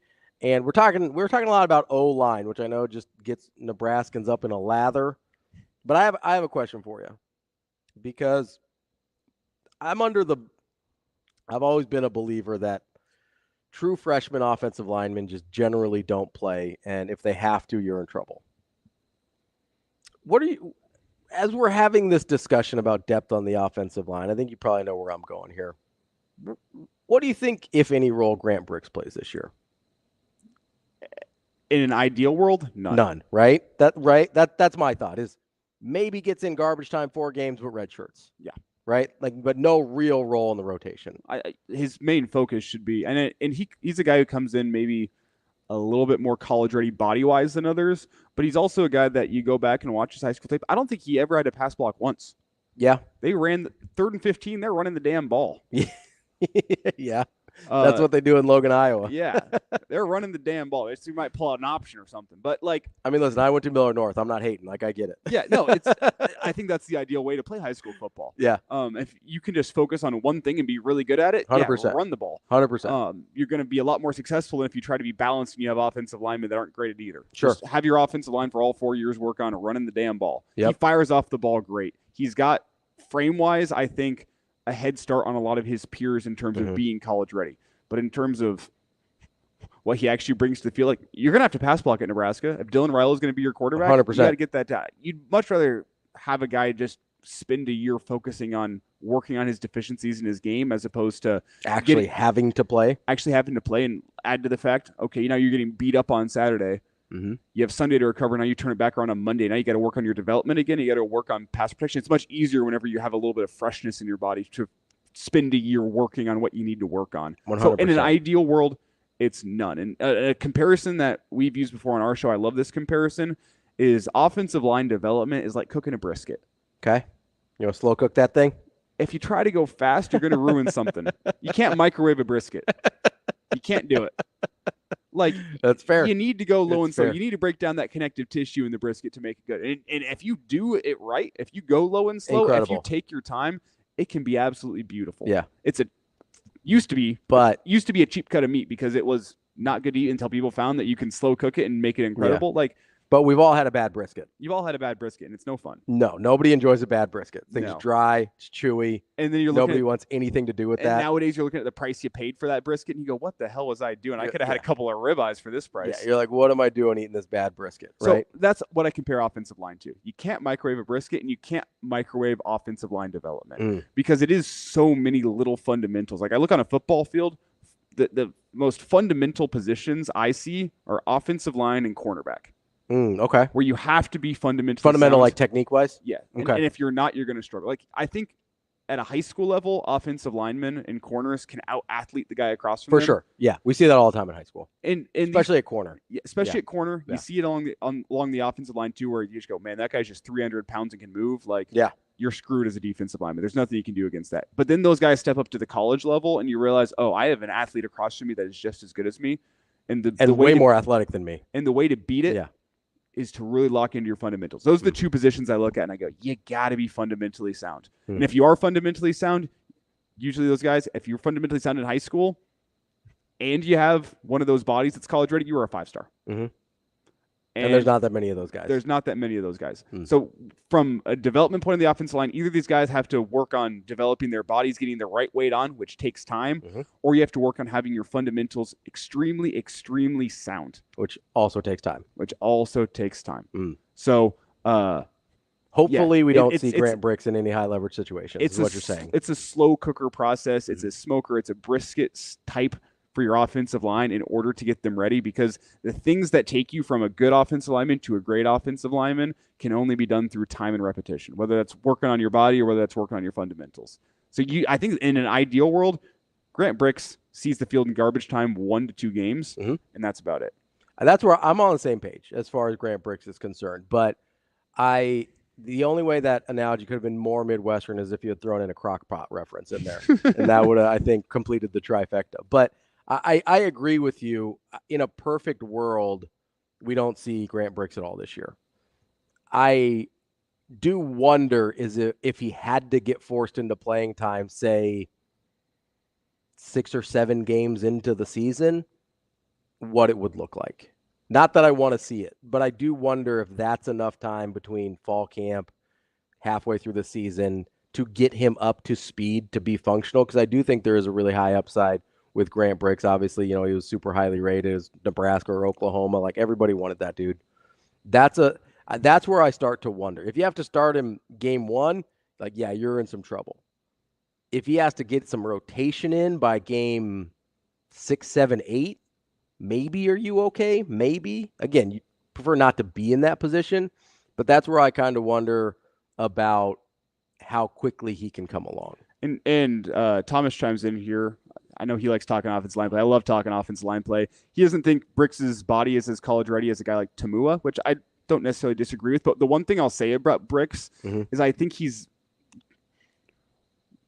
going to be able to get his weight. You look at how he's currently set up, and now we're just diving into body mechanics and whatnot. But which I'm here for. Got a lot of weight on his lower half, and he's got very, very powerful legs. That's why I say I think he's a little bit more college ready, because I think that the weight is going to be easier to put on for him, because it's not, hey, you got to get your squat up 150 pounds this offseason to be ready. Like, I think you've got the base. From a lower half standpoint, he is more college ready than a lot of guys. It's just filling out up top, which I think he comes in at 6'5", 280. You're probably 15, 20 pounds away from being able to go on the offensive line, and that's doable in an offseason if it's not lower trunk type weight that you have to put on. If you already have the lower half of your body close to ready to go, I think it's easier. I think Brix could be a guy that might surprise you by the time he shows up for fall camp as being body-wise college ready. I do love Preston Tamua, so I'm not gonna say anything bad about him. I don't expect, like I said, I don't want any of the true freshmen to have to play on offensive line.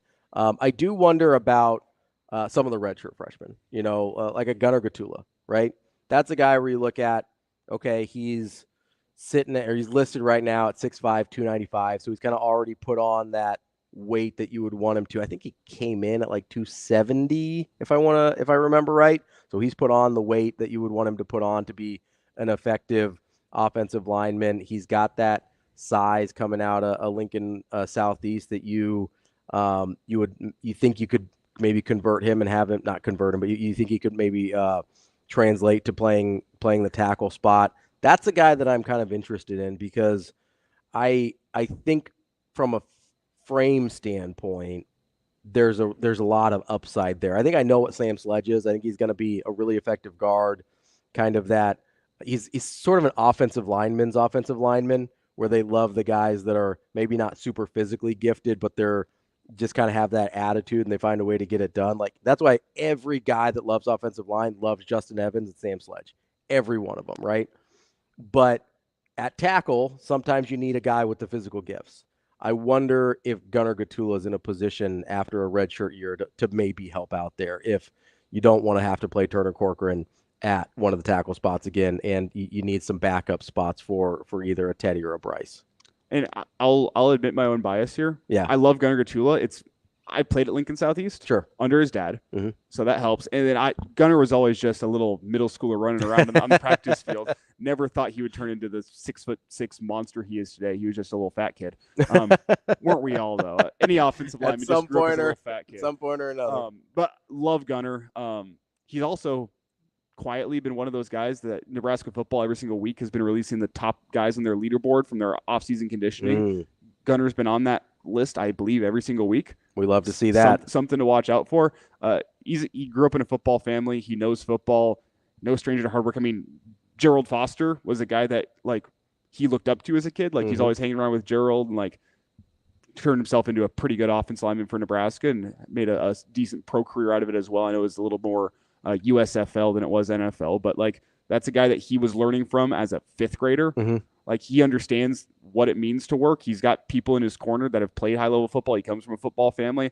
I think Gunnar Gatula is going to be good for Nebraska. Maybe not this year, but somewhere down the road. I really, really like Gunnar and what he can be.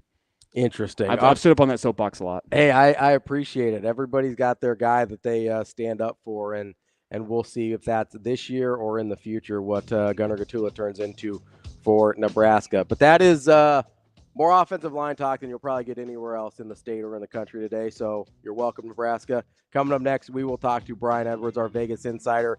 Get some ideas about Miami, Oregon, and Kansas State. What do their win totals look like? Where is Brian thinking about the win totals for those three teams? That and more coming up next here on Hurrdat Sports Radio.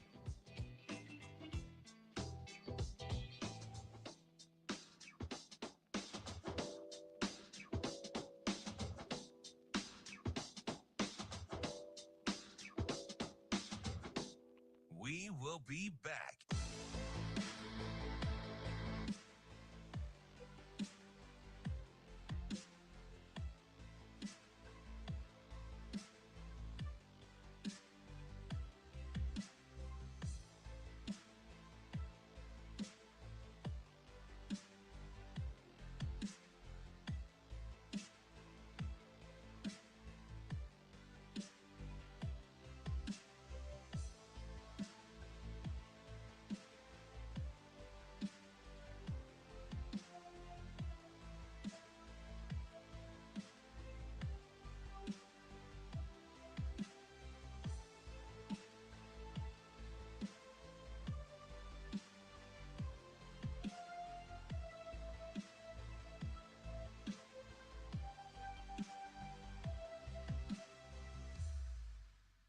We will be back.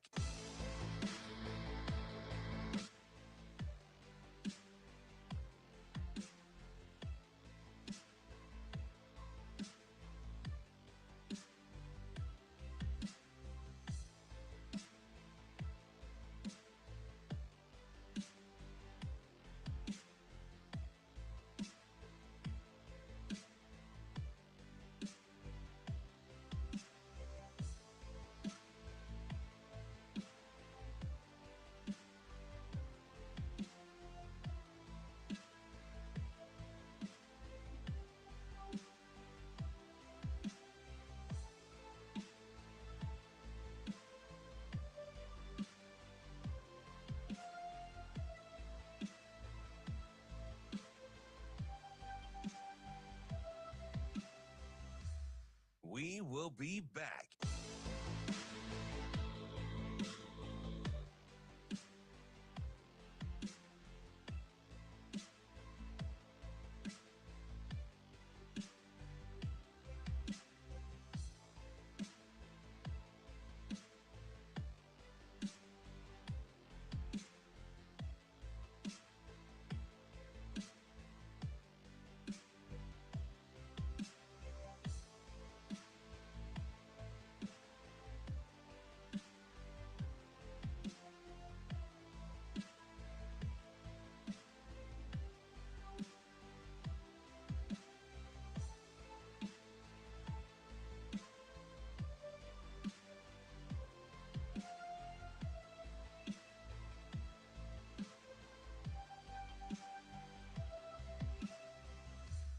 We will be back.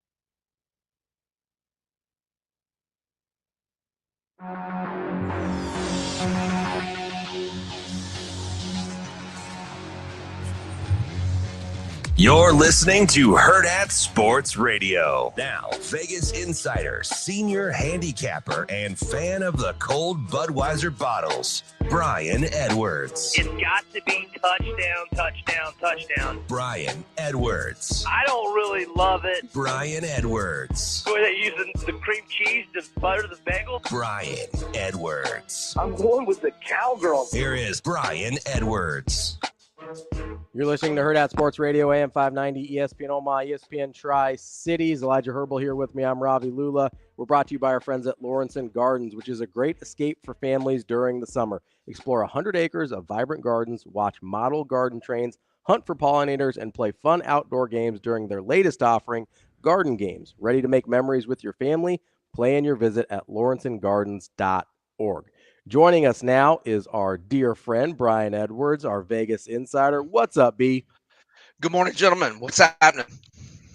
Not too much. All right, so we've got some teams for you that I am very interested in our latest kind of run through of over-unders as we approach for college football season. So let's hop right in. First one I've got for you, B, is Kansas State. This is a team that I like, that I think is going to be good. I think 9.5 might be a little aggressive. How are you feeling about the Wildcats? I think there is some juice on the under for the 9.5. Yeah, I'm seeing minus 144 on the under at FanDuel. Now I probably wrote that in my magazine sometime in the last week or so. Well, I love Avery Johnson. I think this guy is going to be an absolute stud. I believe he's 25-1 to win the Heisman, not against a small flyer on that. Now, if you're thinking of betting over 9.5, now he is a guy that runs a lot and gets in, puts himself in harm's way. They do have Taquan Robertson as a backup who had 10 career starts at UConn if he does get hurt. So you do got a guy that's got a little bit of starting experience, albeit at UConn. But K-State's got an outstanding running back, DJ Giddens, 1,226 yards last year, 10 touchdowns, 5.5 yards per carry. They are not great at wide receiver. I mean, Phil Steele's got their receivers at 67 in his unit rankings. O-line only 61, D-line only 59. Linebackers only 45. Now, I'm not saying Phil Steele's national unit rankings are the end-all, be-all, but they do have an outstanding secondary. They've got an outstanding coach, 8 starters back on defense from a team that went 9-4 and only gave up 21 points per game. So they should be salty on defense. So looking at the schedule, I marked them with 8 wins. I've got them losing at Iowa State in the regular season finale, and I've got 3 swing games. So basically, in my mind, the win total is about, can they go 2-1 in these 3 swing games? At Tulane, which is a game they will be favored, at Colorado, and at West Virginia. I think they probably will be favored. Actually, they are favored against Colorado. I want to say the number's around 6 or so at DraftKings. So I think they'll be favored in 2 of those games. At West Virginia is going to be tough. I think West Virginia is going to be pretty good this year.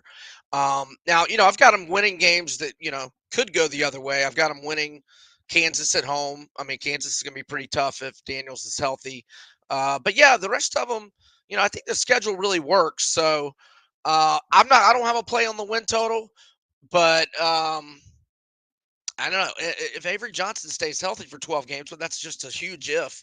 I would maybe lean to the over, but that's a huge if. And if he does not stay healthy, that could be trouble. Well, as you dive into the schedule, I'm not saying it's a bad schedule by any means, but a lot of winnable games, as you kind of laid out. I mean, there might not be a top 25 opponent on that schedule all year long, depending on how things shake out for teams like West Virginia and Kansas. Correct. I mean, you don't have to play Oklahoma State. You don't have to play Utah. I mean, that is just huge in itself. So the schedule works. If not calling Avery Johnson. If Avery Johnson stays healthy, they got a good chance to win the Big 12. You have Oklahoma State, don't they? Oh, do they? September 28th. Oh, my apologies. Apologies. I've got them winning that game. My bad. So like that one, and the other one I was kind of wondering about is how do you feel about that season finale at Iowa State? I think that maybe is more of a coin flip. Yeah, that's the one I marked as a loss. Oh, gotcha. Okay, sorry, yeah. I missed that part. No, but the Oklahoma State one could be a loss, though, definitely. So you think slight lean to the over? You do get plus money on that over. Does that help you out any? Yeah, plus 118 makes it more attractive. I would lean that way, but Avery Johnson runs the ball so much. I'd be nervous whether he stays healthy for 12 games. All right, be a team that we can both mutually despise, the Miami Hurricanes. There is a lot of hype around the team this year. I kind of just always assume Miami's never going to live up to the hype, but I also do think Mario Cristobal is a really good coach. The addition of Cam Ward is probably the best thing they've done in a while. Some people say they may have added a victory formation this year. Let's hope so. What are your thoughts on, again, a 9.5 over under for the Hurricanes? So I lean under, but FanDuel's got the under at a minus 170 price on 9.5. It's over plus 138. I think they're going to go 8-4. But that's, with grading some swing games as L's. Like, I've got them losing at Florida. They're actually a 2.5 or even 3-point favorite in that game.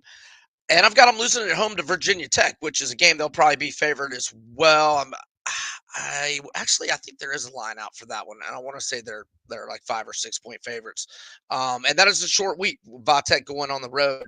I think they'll win at Cal. I will mention Cal does have 2 weeks to prepare. For what that's worth, and Miami will be playing its 6th game in 6 weeks. When they play at Louisville, Miami's got 2 weeks to prepare, and Louisville doesn't. But I've got them losing at Louisville. Now, I've got them beating FSU at home, but that could certainly be an L, and Ravi will tell you that's definitely going to be an L. 100% an L. I don't know what you're doing. Right. And then now I've got them losing at Georgia Tech, and that's another. Georgia Tech's got 2 weeks to prepare, and Miami's playing a 4th game in 4 weeks. And, November 9th in Atlanta could be a little cold weather. I do have them winning at Syracuse, which isn't a given. So I've got them going 8-4. So I definitely like the under. But I'm just not a big fan of laying a minus 170 price on a 4-month bet. If somebody's thinking like I am, I would just do it small at the minus 170 price. I can talk myself into them getting to 10 wins. I can't get myself higher than that. But I can also, like, you mentioned a bunch of games there where they could be either coin flips or losses. Like, I can get down to like 7 as well. And Sure. also there is the factor of just like Miami falls on their face a lot. Like how much do you consider that sort of history with teams that come into seasons hyped a lot that don't tend to live up to it when you're talking about these over-unders? Well, I mean, Miami for the most part has not lived up to the hype for 20 years. Right, yeah. I mean, what's their best year? 2017 maybe is 10-3. I mean, that's their best year in the last decade. They had that one. Was that the Mark Richt year? Yes, that was Mark Richt's second year. They had that one really random good Mark Richt year, and that's about it. You're right. Yeah. So, yeah, under for me.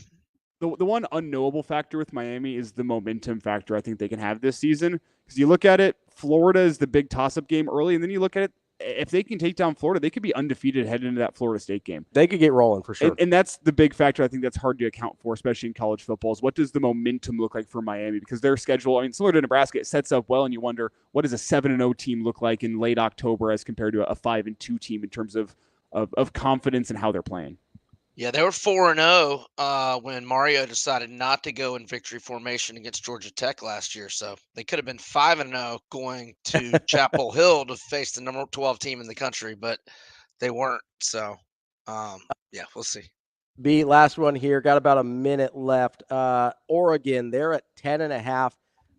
Little small bit of minus money for the under, plus 100 for the over 10.5. How are you feeling about the Ducks? Man, they are absolutely loaded. So 12-2 straight up last year, 11-3 ATS, 8 starters back on offense, 9 on defense. They only lose 23 lettermen, which is a really small number in this day and age of the portal. Number 4 overall recruiting class, number 2 in transfer specific guys. They got 1 5-star, 28 4-stars, 14 transfers. 1's a 5-star, 6 are a 4-star. I've got them marked 9-0 with 3 swing games. The win total is 10.5, shaded the under minus 122, even money on the over. I've got the 3 swing games being Ohio State at home, at Michigan, and at Wisconsin when they're in a horrible spot at Wisconsin. Wisconsin's got 2 weeks to prepare. Oregon has to fly east for the 3rd time in 5 weeks. They go at Purdue October 19th, at Michigan November 2nd, back to Wisconsin November 16th. So I think they're going to get tripped at least once. But I mean, I don't know about Wisconsin this year. They disappointed me bad last year. So if I got to say, I'm going to lean to the over and probably call it 11-1. I don't know where they trip up, whether it's the Ohio State game at home or at Michigan or at Wisconsin. They're going to trip up at least once, possibly twice, but I would say slight lean to the over. That's our guy, Brian Edwards, Vegas Insider. You can find him at majorwager.com as well. B, we appreciate it as always. Thanks, fellas. Y'all have a great weekend. We'll talk to you next week. I want to give a quick heads up here. The following hour is pre-recorded. I am not going to try and fool you guys and be like, hey, it's pretend like it's live still. Elijah won't be there. I pre-recorded this yesterday with Michael Bruntz, and then the last couple segments by myself. I've got to head out for a funeral, so got to leave here a little bit early. But want to let you guys know, just so you're aware, if it looks or sounds a little bit different, that's why. But Shano's got us covered, and we'll have that for you when we come back. And that will be the rest of the show here on Hurrdat Sports Radio. Elijah, thank you for filling in this week. We appreciate it. Thanks for having me here. It's been fun. There'll be one more hour of Hurrdat Sports Radio coming up next.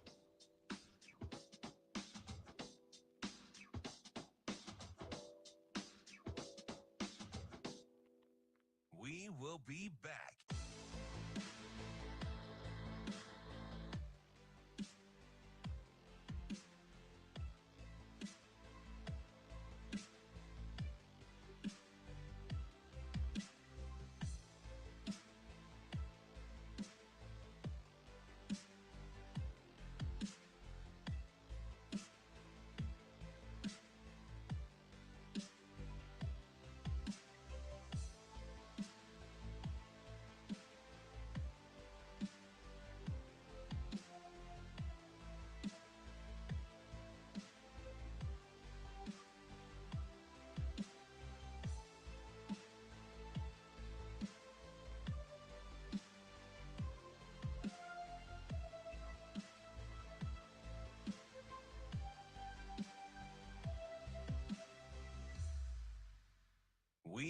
be back.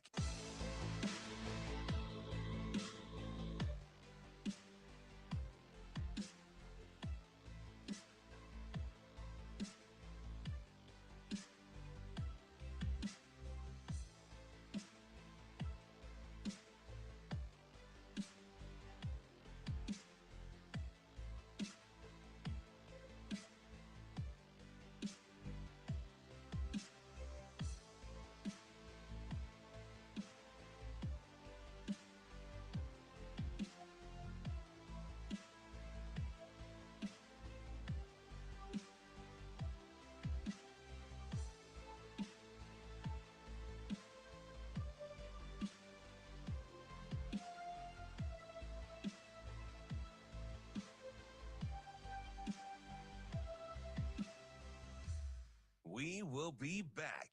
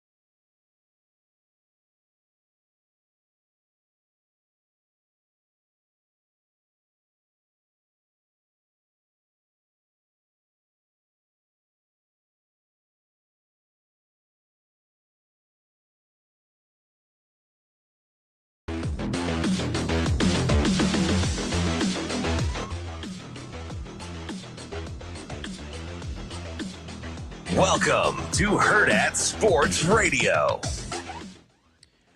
Kicking off hour number 3 here on Hurrdat Sports Radio, AM 590, ESPN Omaha, ESPN Tri-Cities, KFOR in Lincoln. We are joined now by Michael Bruntz of Husker 24/7. Bruntz, what's going on, man? Not much. How you guys doing? Oh, we're doing all right here. So I got to ask you before we get into Nebraska stuff. Are you prepared for the inevitable trade of Mason Miller? Like, have you emotionally gotten yourself ready for that? I have. I've been saying for several months now that he's going to make a great Brave or Yankee or Cleveland Guardian, maybe, if they're willing to go that route. Yeah, he's fun, really fun, and you kind of have to just prepare yourself for that. You just once somebody gets good with the athletics organization, you just start the clock. Just go ahead and start the egg timer because the trade's coming, and the returns for it are probably going to be absolute crap. So just get ready. I don't think I've asked you this before. Do you have like an all-time favorite A? Ricky's probably up there. Okay. Okay. He's got to be near the top. Recently, Let's go 21st century. Anybody in the 21st century? Grant Balfour was always kind of fun. Okay. I appreciated the Balfour rage. Trying to think who else. Do you have any like peak Moneyball guys that you were a big fan of? Well, you gotta like Chavez. I mean, that was his era. Yep. Even though people forget that, he was probably up there. I always had a soft spot. This isn't peak Moneyball, but Mark Ellis was always a favorite A of mine. Okay. And then Eric Sogard had his little flash with the nerd glasses, which I can definitely appreciate. So that's getting in the weeds, but that's probably among my list. You want to get in the weeds a little bit here. I had a really random affinity for Jack Cust. Yep.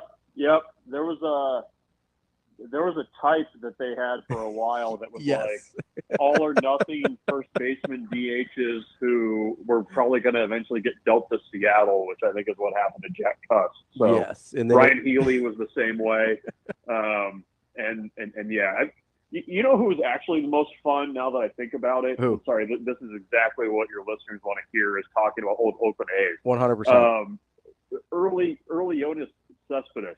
Oh, was yeah. really fun. Yeah. I have not gotten up off my couch nearly as fast as I did. You still see the throw highlight, but the one where he threw from the left field fence. Yep. In Anaheim to get the guy at home plate. I saw that live. I was like, it was like the most unbelievable thing I'd ever seen.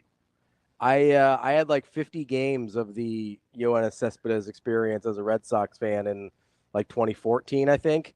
So I remember the excitement of the Yoenis Cespedes. Like that was some electrifying stuff there. I can't disagree. I think this is what people are listening for. They want to know who the most fun Oakland A's of all time are. That's what I'm here for. We're just killing time until media day starts. That's all we're doing. You know, he had I know he was kind of a late ad in terms of coming over from Cuba and stuff, but he had a very kind of abbreviated career. He did. It was,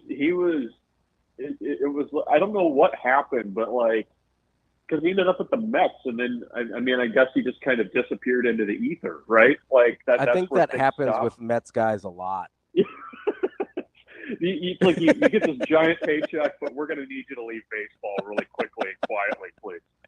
I believe that that's actually in the contract. You can have the money, but you got to suck and get out of here. So you have to make people forget that you were ever a baseball player.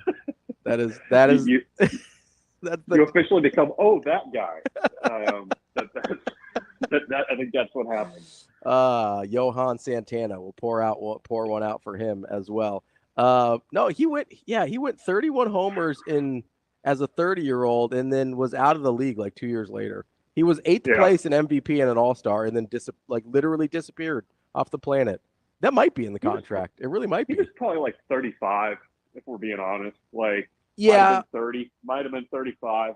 Yeah, that's fair. I mean, we kind of had a similar experience with Yasiel Puig too, where he was the most incredible person on the planet. It's 2 days in a row now I brought up Yasiel Puig. That's how you know it's July. He was he was the phenomenon of the moment, and then I think he was out of baseball 4 years later. Yeah, he had like a brief cup of coffee with the Indians, and then was just gone, right?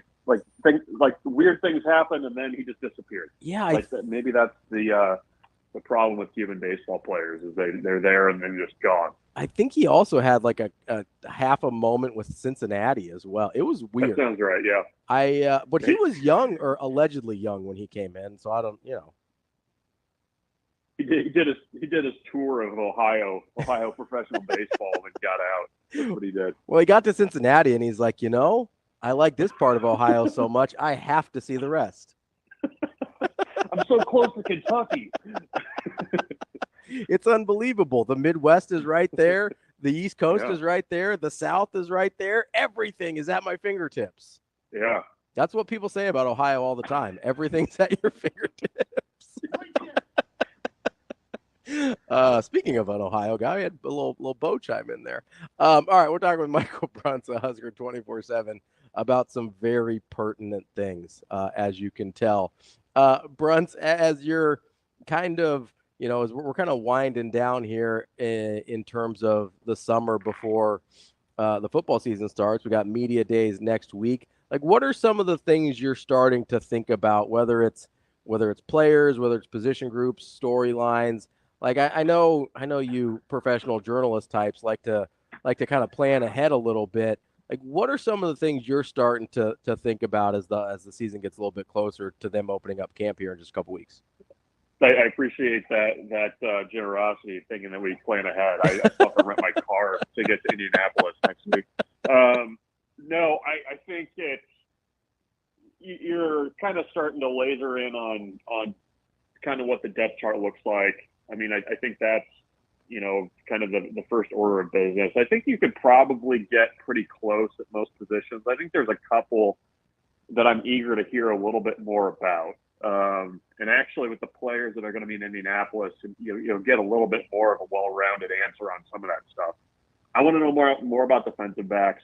Mm-hmm. I want to know more about that guard spot too. And Ben Scott's going to be in Indianapolis.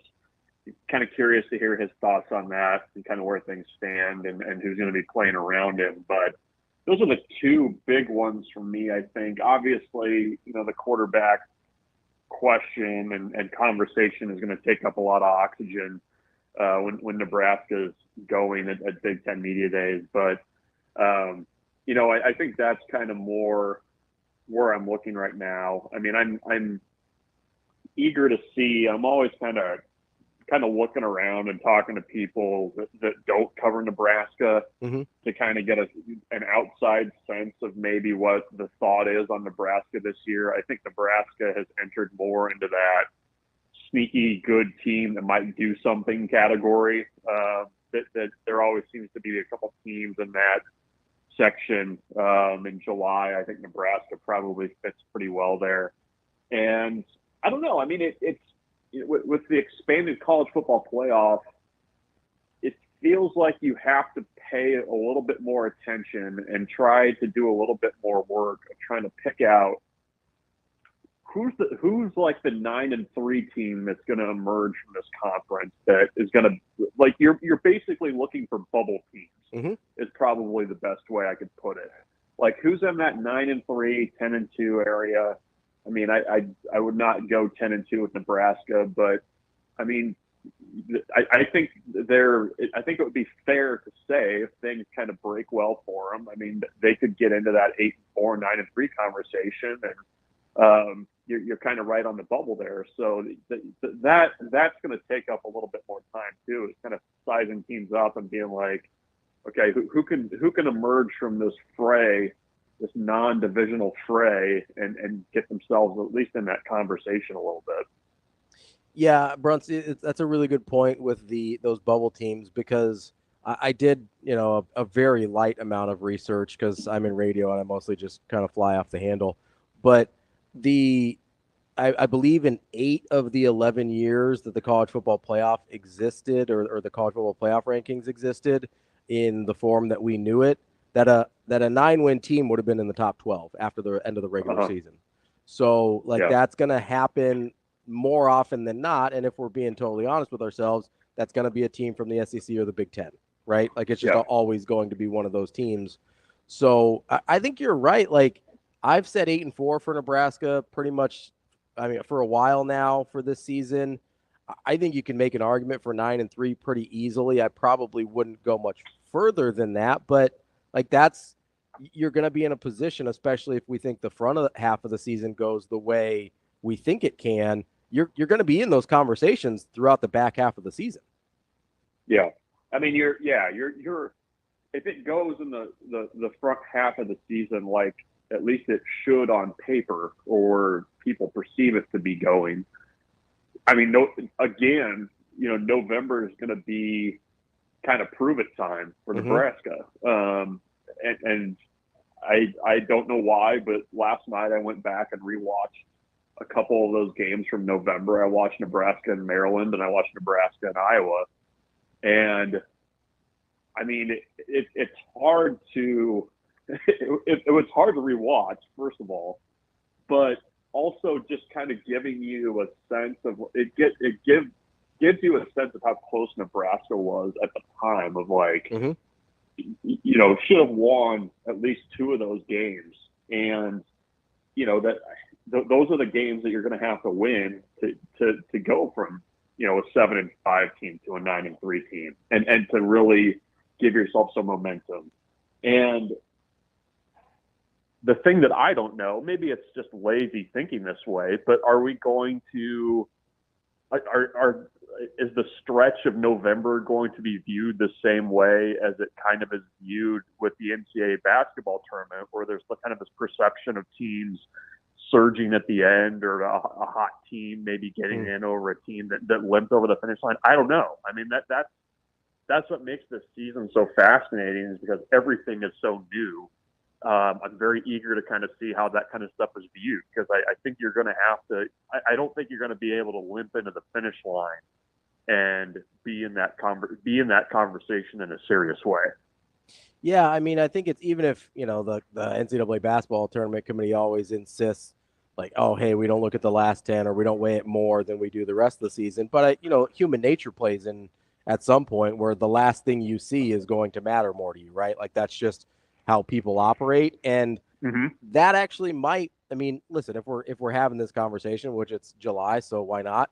If I mean, what else are you gonna talk about, right? So yeah, I mean, it's not Jonas Cespedes, so yeah, you're fine. Go ahead.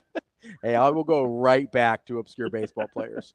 Like, if you believe what I do about Iowa, which is they are very easily a 10-win team next year, certainly 9 at the very least, that actually could shape up really well for Nebraska if they are in a position, say they've got 8 wins coming off of Wisconsin. Then you're at Iowa at a 9 or 10 win Iowa team. Like, that's, if you're talking about the last thing you saw, like that actually could play into Nebraska's favor. Yeah. No, I mean, that's, the way things shape up again. I mean, there's an opportunity for Nebraska to get what you would say is kind of like a resume building win. I mean, you have to go to USC in November. You've got Iowa in prime time on the road. There's an opportunity there to, put a nice little bow on the regular season if you're able to take care of business. And the other thing too, I think Nebraska's got a little bit more depth and spots to be a little bit more competitive in November. I mean, you kind of go back and look at last year and the way things ended. I think there were some mistakes from game management. Certainly the turnover piece of it looms very large, but I think Nebraska has more options that they can go to, especially at the skill positions, than they did last season by the end of it. And, I think you're going to have to be able to close. And that's going to be a big question for this team is, if you're going to, talk about getting over the hump, you're going to have to win those tight games in November. And those were the games that Nebraska, should have been able to take care of business in a couple of instances last year, but wasn't able to do it. It's going to be a good test of kind of where this program is, if they can do the little things and come out with wins. We're talking with Michael Bruntz from Husker 24/7. Yeah, you make an interesting point there, and I'm sure some people feel like we're talking prematurely about the schedule, and we probably are, but we are. It's fine. But I do look at it, and we've heard, at Hurrdat, we've talked to like MJ Sherman recently and stuff like that, and you hear from guys like Garrett McGuire, and you hear from like Prince Will, and they talk about, they kind of talk about some of the same things you do in the sense that they felt like they were a lot closer to having a breakthrough last year than what the final record ended up. And it kind of got me to thinking, right? So we know what plagued Nebraska last year was turnovers, mistakes, like things that should have been in their control, right? In one way or another, that they had some measure of control over. If you're in that locker room, would you rather have to fix those issues where it's like, hey, we have enough talent, despite the fact that we shot ourselves in the foot a million times, we were still in position to one possession away from basically being an 8 or 9 win team? Or would you rather be like, hey, we played super clean football, we just got to get some better players? Like, which camp would you rather be in heading into year 2? Well, I mean, I think you can, as a coaching staff, kind of sell how close you were. And I know Nebraska fans don't want to hear that because for years you've been hearing, the best 3-9 team in college football and other stuff. And I get that's a big eye roller for sure. I'm rolling my eyes saying it, but I mean, there's things that I think can be coached that can take Nebraska to that next level. And in some ways, if you kind of look at the roster changes they've made in the offseason, they've done a little bit like some of the people that were responsible for those turnovers are no longer at Nebraska. Mm-hmm. I mean, they did a little bit of both, but I mean, I think they've got a defense that is going to keep them in close games. It's just a matter of what you can do offensively to make better decisions, to do things differently from a schematic point of view. I think there were things that as Nebraska got into November that they were a little bit hamstrung by. I mean, Heinrich Harburg was not running the same at the start of November that he was when Nebraska goes on the road and beats Illinois. You could see how much that offense struggled with just basic timing when you had to go to your third quarterback. I mean, those things are going to happen. But yeah, I mean, I think the one thing that kind of gives me a little bit of confidence that they can coach things a little bit better. You saw the turnovers with the fumbles and the running game. That kind of subsided a little bit the more it was coached throughout the year. I think Glenn Thomas can really help with quarterback decision making. I think the offensive line should be better this year, just kind of natural improvement, and just having some veteran guys. So I think I'd rather be in the camp of like, let's kind of dig in, let's coach these things versus like, we just don't have the guys in the locker room, because that's a little bit of a scary place to be. And especially with, if you were at that point with as much as Nebraska's kind of turned over its roster, that would be more of a red flag and concern for me, I think. Yeah, and well, when you're in that spot where you just don't have a ton of guys in terms of talent, like your margin for error is really small, right? You can't afford any mistakes, much less ones that were as big as Nebraska had last year. Because I would kind of actually make the argument that Nebraska had, at least in certain times, and I know the offense had very little margin for error, but I would argue that Nebraska had quite a bit of margin for error when you look at the fact that they were turning the ball over a ton. They were making a ton of like silly mistakes and earlier in the year penalties and stuff like that. And they were still in every single game for the most part. I mean, down the stretch, at least. Like I kind of actually want to make the argument that their margin for error was way bigger than we thought it was. Yeah, no, if you go back and rewatch some of those games, I mean, Nebraska's defense papered over a lot of mistakes. Just from recent rewatches, I mean, the defense was more than holding up its end of the deal at Colorado. I mean, that game was still in the balance late in the second half. I mean, against Iowa, you drop a punt return at your own 10-yard line against a team like Iowa, you just can't do that stuff. Nebraska goes and blocks the field goal.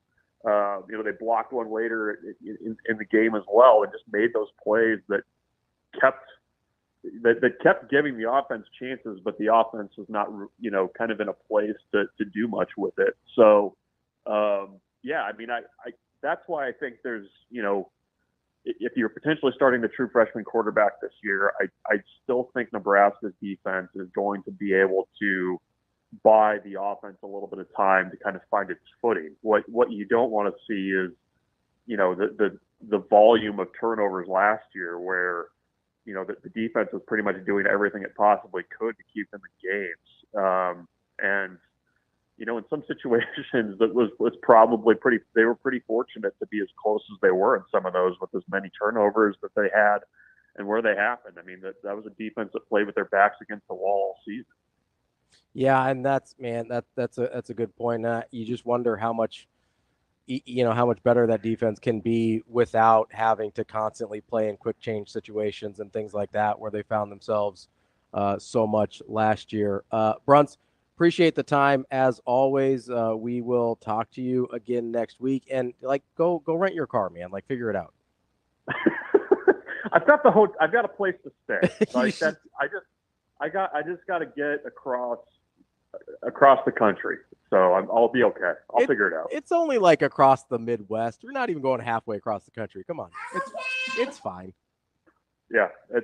I'm going to have to get used to it. We got 3 trips to Indiana this year. Lots of trips. A lot of Indiana in our future. I don't know. It's not something I thought I'd say any time in my life, but here we are. Bruntzy, we appreciate it as always. We'll talk to you next week. Sounds good. Thanks. That's Michael Bruntz from Husker 24/7. Good stuff there from Bruntz as always, and look forward to seeing him in Indianapolis. DB and I will be out there next week with a couple other of our friends from the Hurrdat crew as well, bringing you some Big Ten Media Days coverage. Let's go, baby. That's right. Let's go, baby. Man, I hate that TikToker so much.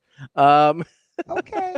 I love DB, but I hate the TikTokers that he follows for his recipes. But coming up next, there was something we got into with Bruntz there, or that Bruntz and I got into there, that I wanted to expand on a little bit. It's something I've been thinking a lot about. It's that margin of error and what that means for Nebraska, and kind of how that looks sometimes in other sports. I was talking with Anna yesterday about it in baseball, and how you can be going through the right processes and the results not really get what you want. And I think that all kind of bakes into what we were talking about there with Bruntz. So coming up, I want to get into that. I find that margin of error conversation really interesting, just because I think I don't always think it is what it appears on the surface. I'll explain more when we get back. You're listening to Hurrdat Sports Radio, AM 590, ESPN Omaha, ESPN Tri-Cities, and our friends in Lincoln, KFOR.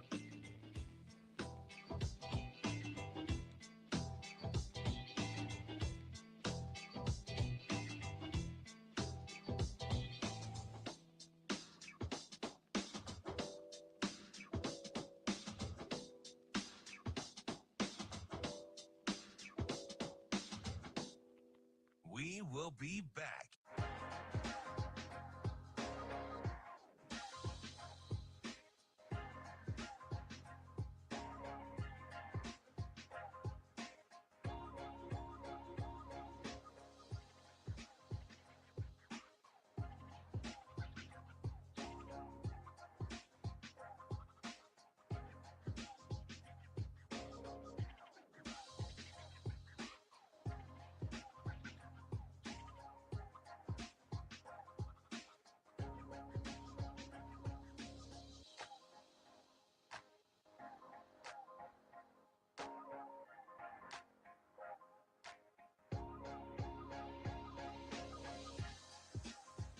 We will be back.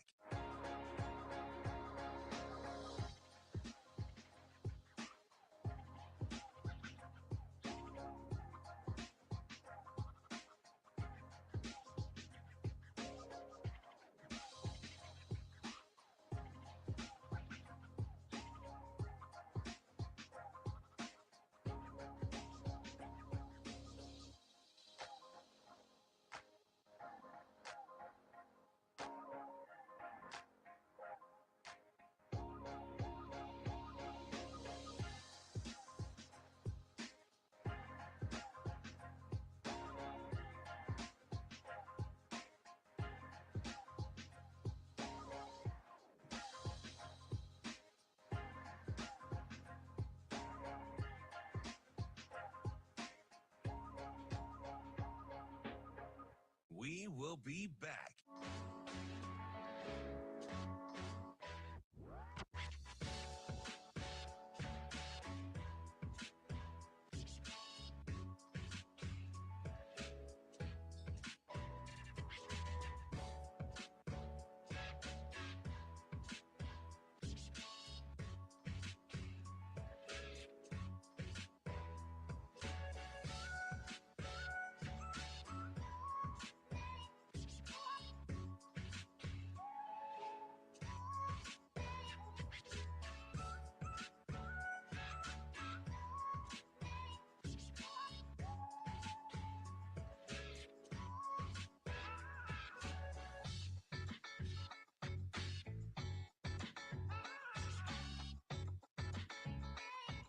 will be back.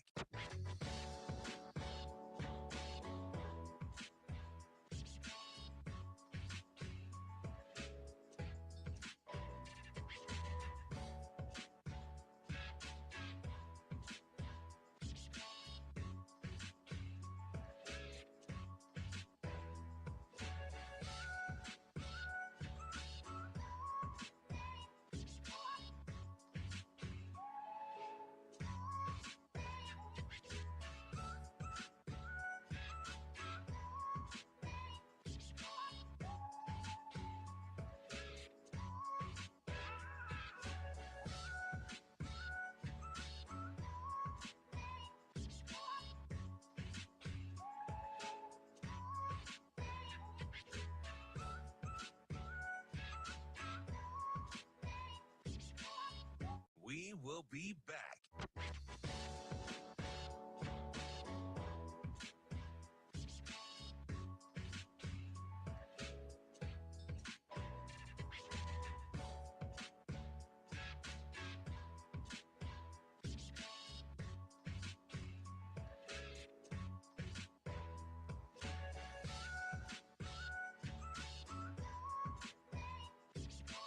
We will be back.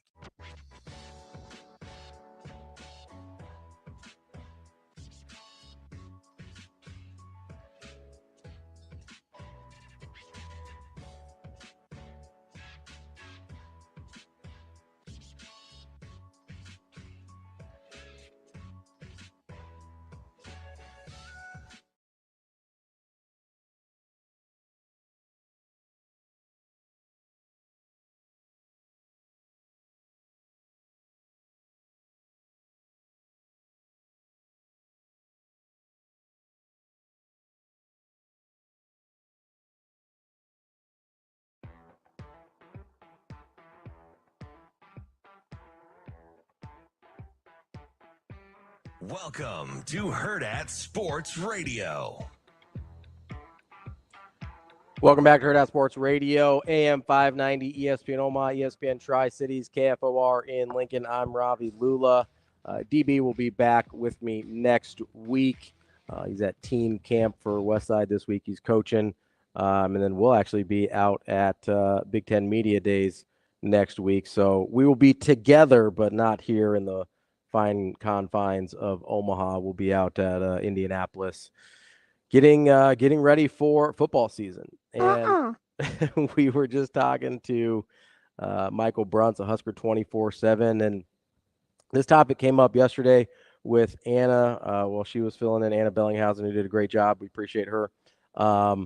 And it's this idea of margin of error, and it's something DB and I talked about a couple weeks ago, kind of in reference to this stat that I had found about Roger Federer, who, regardless of how you feel, one of the three best tennis players of all time.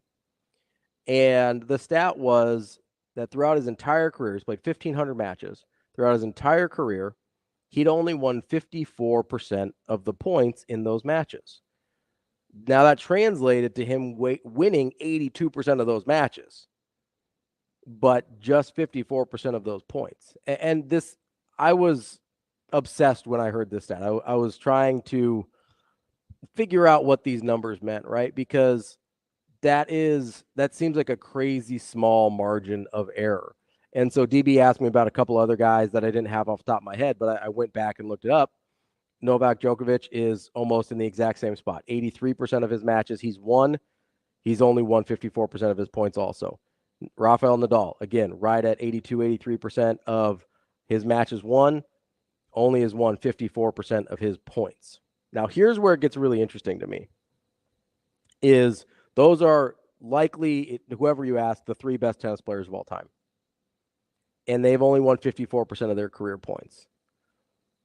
If you go to a guy who I love in Andy Roddick, still won 74% of his matches. That's a good number, but we're getting a significant drop there. He won 53% of his points throughout his career.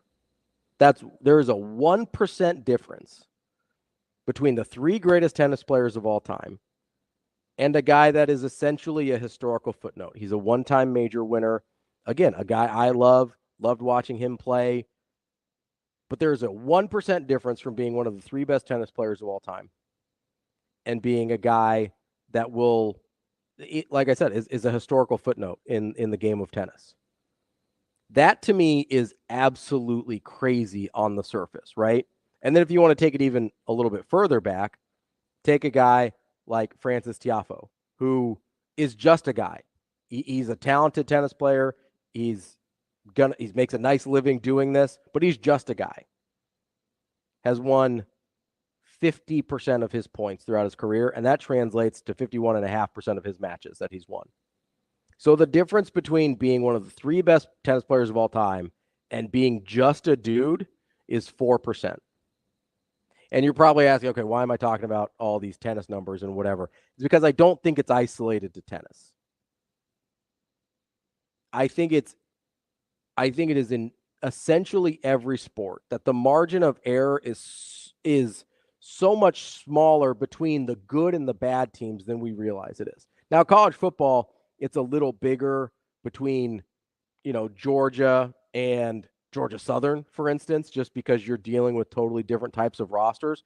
But if you keep it to Power 5 football, and especially if you're talking about Power 5 teams that have similar resources, I think we're going to end up looking at a pretty similar margin of error here between who are the very best teams and who are just another program, right?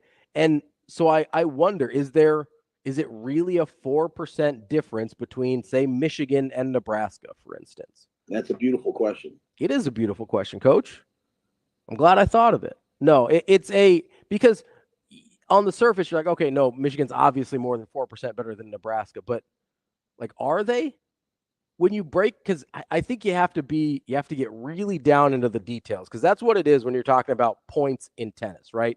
That's every single point of every single game, of every single set, of every single match, right? So in 1,500 matches that Roger Federer plays, you've got 3 sets in most of those, more in a lot of them, and you've got at least 12. You have to have at least 6 games, and it's often upwards of 12 games in every single set.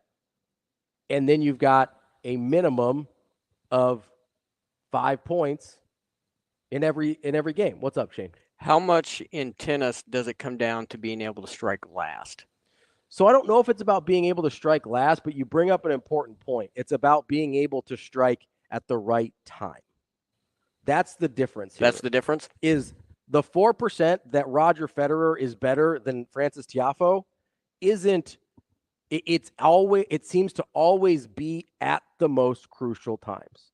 If you ever watch, if you're watching Wimbledon like I was last week, if you're watching the French Open like we were last month, if you're watching Roger Federer or Andy Roddick back in the day, there was and I brought this up last week, I think, or a couple weeks ago, there was a Wimbledon final between Roger Federer and Andy Roddick, and there was no difference between those two guys on that day. At the time, before it was broken the next year between Federer and Nadal, it was the longest championship tiebreak in the 5th set in the history of Wimbledon.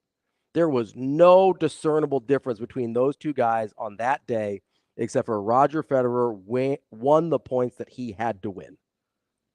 And that's the difference, is in those high leverage situations, Roger Federer was 4% better than Andy Roddick, or 1% better than Andy Roddick. He's 4% better than Francis Tiafoe. In the moments that matter most. And that's what we're talking about with Nebraska, right? You could be 4% better on every play, and yeah, that probably translates the same way. But if you're 1, 2, 3, 4% better on the plays that matter most, that's when you go from being Nebraska, who's like, we feel like we could have had 8 wins last year, to being Michigan, where you've won a national championship. Now, you look at the NFL draft and all that, Michigan was more talented than Nebraska. I get that. But Iowa's not more talented than Nebraska, and I've got them as a lock for 10 wins this year. I think Iowa and Nebraska's talent levels are very similar. And I borderline would give Nebraska the edge in that category. And what's the difference? DB always brings this up. And it's something that I really struggle with because I was thinking of it in different terms. He keeps asking me, why can't Nebraska win like Iowa? Why can't other teams win like Iowa? And I keep going like, it's hard to be that good at special teams. It's hard to be that good at defense. It's hard to be consistently that good in those areas. And what I think is actually true and what I think is actually replicable is winning those high leverage situations, because that's what Iowa does. Iowa is 1% better than you when it absolutely has to be. And that's a hard thing to teach. That's a hard thing to coach because it's not super tangible, right? It's not, hey, we gotta make sure we run this dig route exactly at 14 yards. You got to turn around and be ready for the ball when it's on top of you. Yeah, right. It's a little bit more intangible than some of the things that we like to talk about with football. But if you can be 1% better in the highest leverage moments of games, that's how you go from being 5-7 like Nebraska was last year to what I think they're going to be this year, which is 8-4. And if they are better at winning those high leverage moments, then they're going to be able to maximize the level of talent on this roster. And we're 5-7. We got to practice. And it's right. You got to practice winning those high leverage situations, Coach. Because that's and he's always talking about the 1%, getting 1% better. He is. He's talking about, and he gets so specific with these things, right? He's like, hey, we were at like 38% on third down conversions last year. We need to be at 42%. Or we got off the field in, 37% of situations on third downs defensively. We need that in the low 30s. We need that about 32, 33%. He's talking about the exact same thing I am here. Is you got to find a way to be that 1 to 4% better in the areas that matter most. You want to talk about high leverage situations in football? We're talking about third down, like Coach Rule's talking about. We're talking about red zone, the way Coach Rule's talking about. We're talking about like getting field position when it matters, the way Iowa does. Those are the things we're talking about. We're talking about taking care of the football and not getting untimely penalties, the way Nebraska has a lot in recent years. That's the 1 to 4%. And if Nebraska wants to win like Iowa in that sense, that I think is replicable. And that I think is something that Coach Rule is acutely aware of, the way he talks about these finite margins with improving the team. Coming up next, we'll wrap up the show here on a Thursday on ESPN 590, Hurrdat Sports Radio.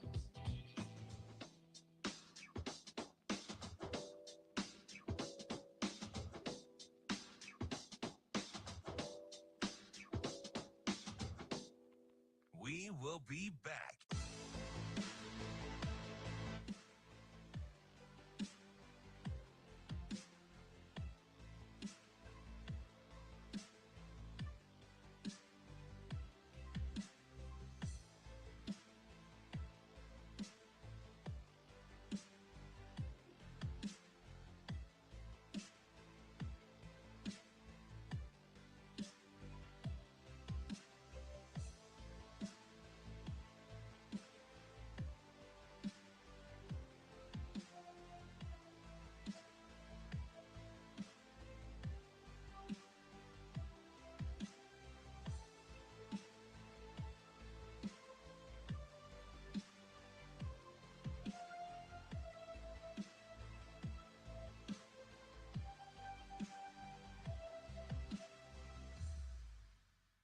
We will be back.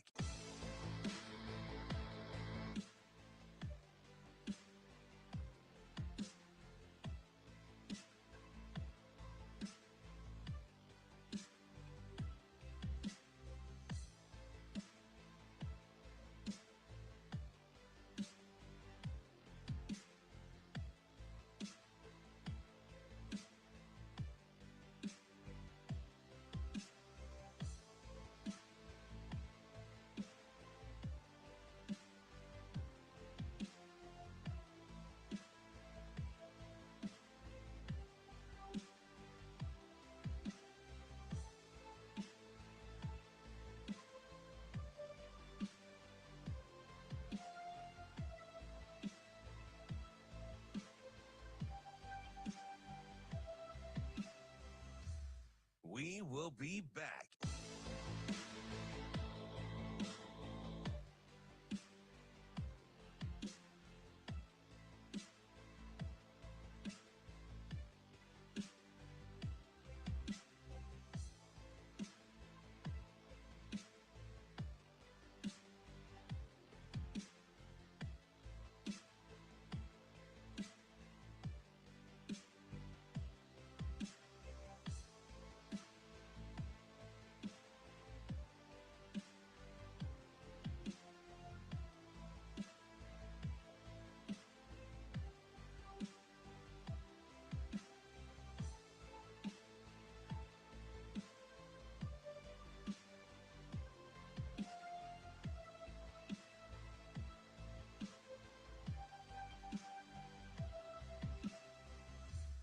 We will be back.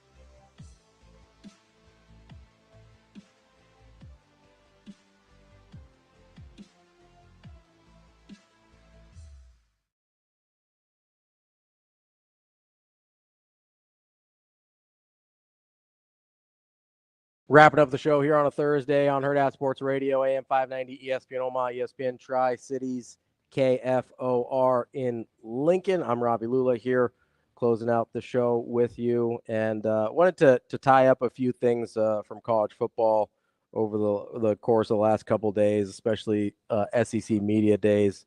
There was a funny quote from Tyler Booker at Alabama, who was asked about Nick Saban, media member Nick Saban, not picking Alabama to be in the SEC title game.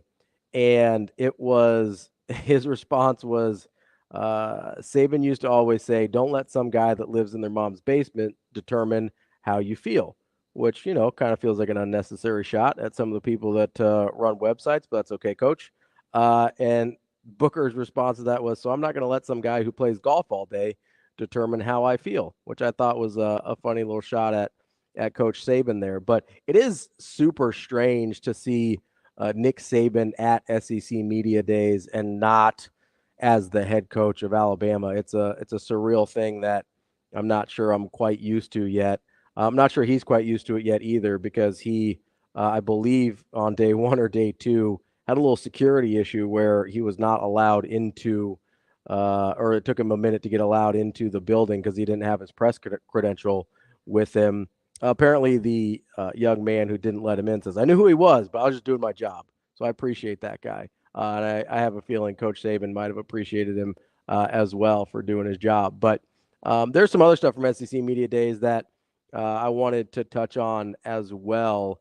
First, Eli Drinkwitz from Missouri gave kind of a plea for somebody that I have a great affinity to, and that is Mike Leach, who's been kept out of is being kept out of the Hall of Fame because he doesn't meet the minimum criteria for college football. The College Football Hall of Fame, if you're not aware, has very stringent criteria for both players and coaches.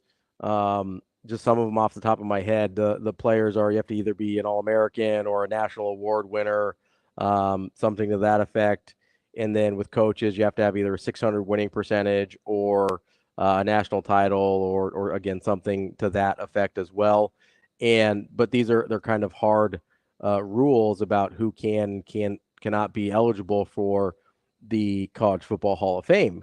And the argument for Mike Leach is he is, I think, literally one win away from having a 600 winning percentage that would make him eligible for the College Football Hall of Fame. And obviously he passed away before he was able to get that one win, which, maybe he would or wouldn't have finished above 600. That's not really the point. The point is these stringent rules about who is and who isn't eligible for the College Football Hall of Fame don't allow any wiggle room for people like Mike Leach that took over horrendous programs at Texas Tech and Washington State, especially, and a really challenging program in Mississippi State as well. I think it's a lot harder job than people realize. But I mean, Texas Tech and Washington State, when Mike Leach took over, were two of the worst programs in the country, and he turned them into winners. So obviously that affects his winning percentage. But also, they don't really allow for what I believe every professional Hall of Fame has, which is contributions to the game. The contributions that Mike Leach made to college football are enormous, whether it is the style of offense, whether it's just the personality, which I think is one of the things that we love about college football, whether you are a big Mike Leach fan or not. I think one of the things that I love about college football, at least, is the personality of a lot, just kind of the character. And I mean that in sort of every sense of the word, right? The NFL can be a little bit dry and sterile feeling at times, in the sense that everybody is a lot more buttoned up, and they don't give you a lot. You don't get a ton of insight into who they are as people. That's one of the things why I think Matt Rule is such a better fit in college than he is in the NFL, not just because of his coaching style and because of, I think, the way he wants to develop young men and the culture setting and all that kind of stuff, but also like he's got a lot of personality, and it's not really common to allow that to show in the NFL. That's why guys like Dan Campbell stick out so aggressively, is because they do show a little bit of personality, and people lose their minds about it for the good and for the bad, especially when you haven't won anything yet. It's a lot harder to have the leeway to show your personality as a professional football coach when you haven't done any winning yet. Whereas in college, that's kind of part of the territory. You have a lot of guys that have a lot of personality and that are interesting characters, and none more so than Mike Leach was. But even if you just want to focus on the football stuff, he kind of found a way to hack the system in a way and be able to bring up these programs without, for the most part, the only time that he recruited really well was toward the end of his tenure at Texas Tech. Otherwise, he was doing this with a lot of guys that were overlooked and undervalued, and he was using a system that emphasized those strengths. I say a lot of the time, if you get a 3-star guy, but he's a 5-star fit, then he's going to look a lot more like a 5-star than a 3-star. And on the other side, if you get a 5-star guy and he's a 3-star fit, he's going to look a lot more like that 3-star. Mike Leach had this incredible ability to find 5-star fits for what he was doing in places that nobody else was looking or that nobody else cared about, whether it was transfer quarterbacks, JUCO quarterbacks, walk-ons. One of my all-time favorites from Texas Tech was BJ Simons, this guy that only actually played 1 year at Texas Tech. He was like a 5th-year guy at that point and put up the most ridiculous passing numbers you could ever imagine. And it was because, he'd learned under Mike Leach, and it was a system thing, but he was a great fit for that system. And having that person be a part of the College Football Hall of Fame seems like something that needs to be done. It's hard, and this is kind of the measuring stick that I use when I'm talking about either all-time greats or Hall of Fame or whatever, is it would be hard to tell the story of college football in the 2000s without talking about Mike Leach. He was a hugely important part of what a lot of college football became, whether it was with the run and shoot offenses, the air raids, and a lot of those principles that have filtered into even non-air raid and run and shoot offenses. The principles from his schemes have infiltrated every level and every system of football that there is, and that deserves to be acknowledged. Maybe common or casual fans aren't totally aware of that total impact that Mike Leach, and if you want to go even further back, Hal Mumme, his mentor, had on the game of college football. Like, that's something that needs to be acknowledged. And so I hope at some point the College Football Hall of Fame comes to its senses and allows for some exceptions when there's been outstanding contributions to the game of college football, because that's certainly the category that Mike Leach falls under, and he's pretty darn close in getting the hard qualifications as well. So appreciate guys like Eli Drinkwitz, and he's certainly not the only one that has gone to bat for Mike Leach since his passing, as far as being a worthy inclusion in the College Football Hall of Fame. One of the other interesting things that I saw from the SEC media days, and this was actually on opening day, so it's been a couple days now. We just haven't had a chance to get to it on the show yet. Were some of the opening statements by Greg Sankey, who I often find sort of overly righteous and kind of sanctimonious and a little bit insufferable, and a lot of thanks, Shano. In the way that he kind of talks about the SEC and how much it just means more. But he did talk about something in his kind of opening statement on, I think it was Tuesday, that resonated with me a little bit, and so I wanted to acknowledge that. And this is what he said. He goes, "When you attend one of those games on Saturday, you see Democrats and Republicans, you see liberals and conservatives, you see those who work in white collar setting and those who work in blue collar setting.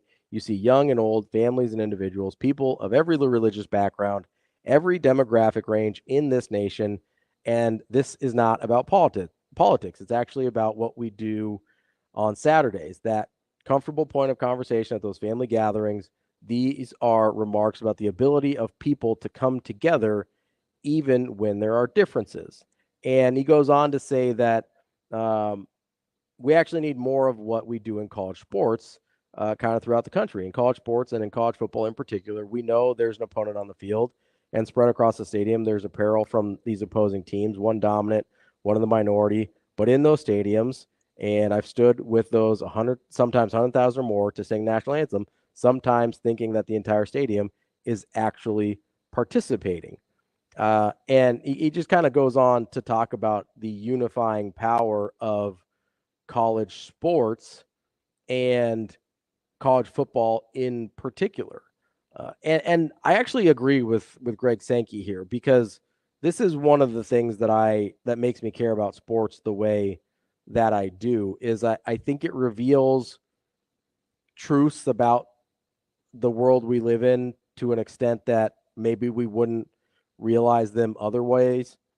And I think it reveals something greater that we can strive to and hope for in our lives outside of just sports. And I think that's what Greg Sankey's talking about here, is there's a side of us as people and as a country and as individuals that comes out when we have something to rally around and to unify us, and to something bigger than ourselves to root for. And a lot of times that is sports, whether it's college football, whether it's whatever your favorite team is. A lot of times that thing ends up being sports, and that's one of the reasons it's so important. So in that sense, talking about football and college football and sports in general, in that sense, it really does mean more. But that's not an SEC thing. That's a sports thing. It really does mean more than just a game. It really does mean more than just what happens out on the field, because it can be, I think, a force to change for larger good. And hopefully we see that this fall as college football kicks off once again. That's the show for today. I appreciate you hanging out with me and Elijah. This is Hurrdat Sports Radio, AM 590, ESPN Omaha, ESPN Tri-Cities, and KFOR in Lincoln.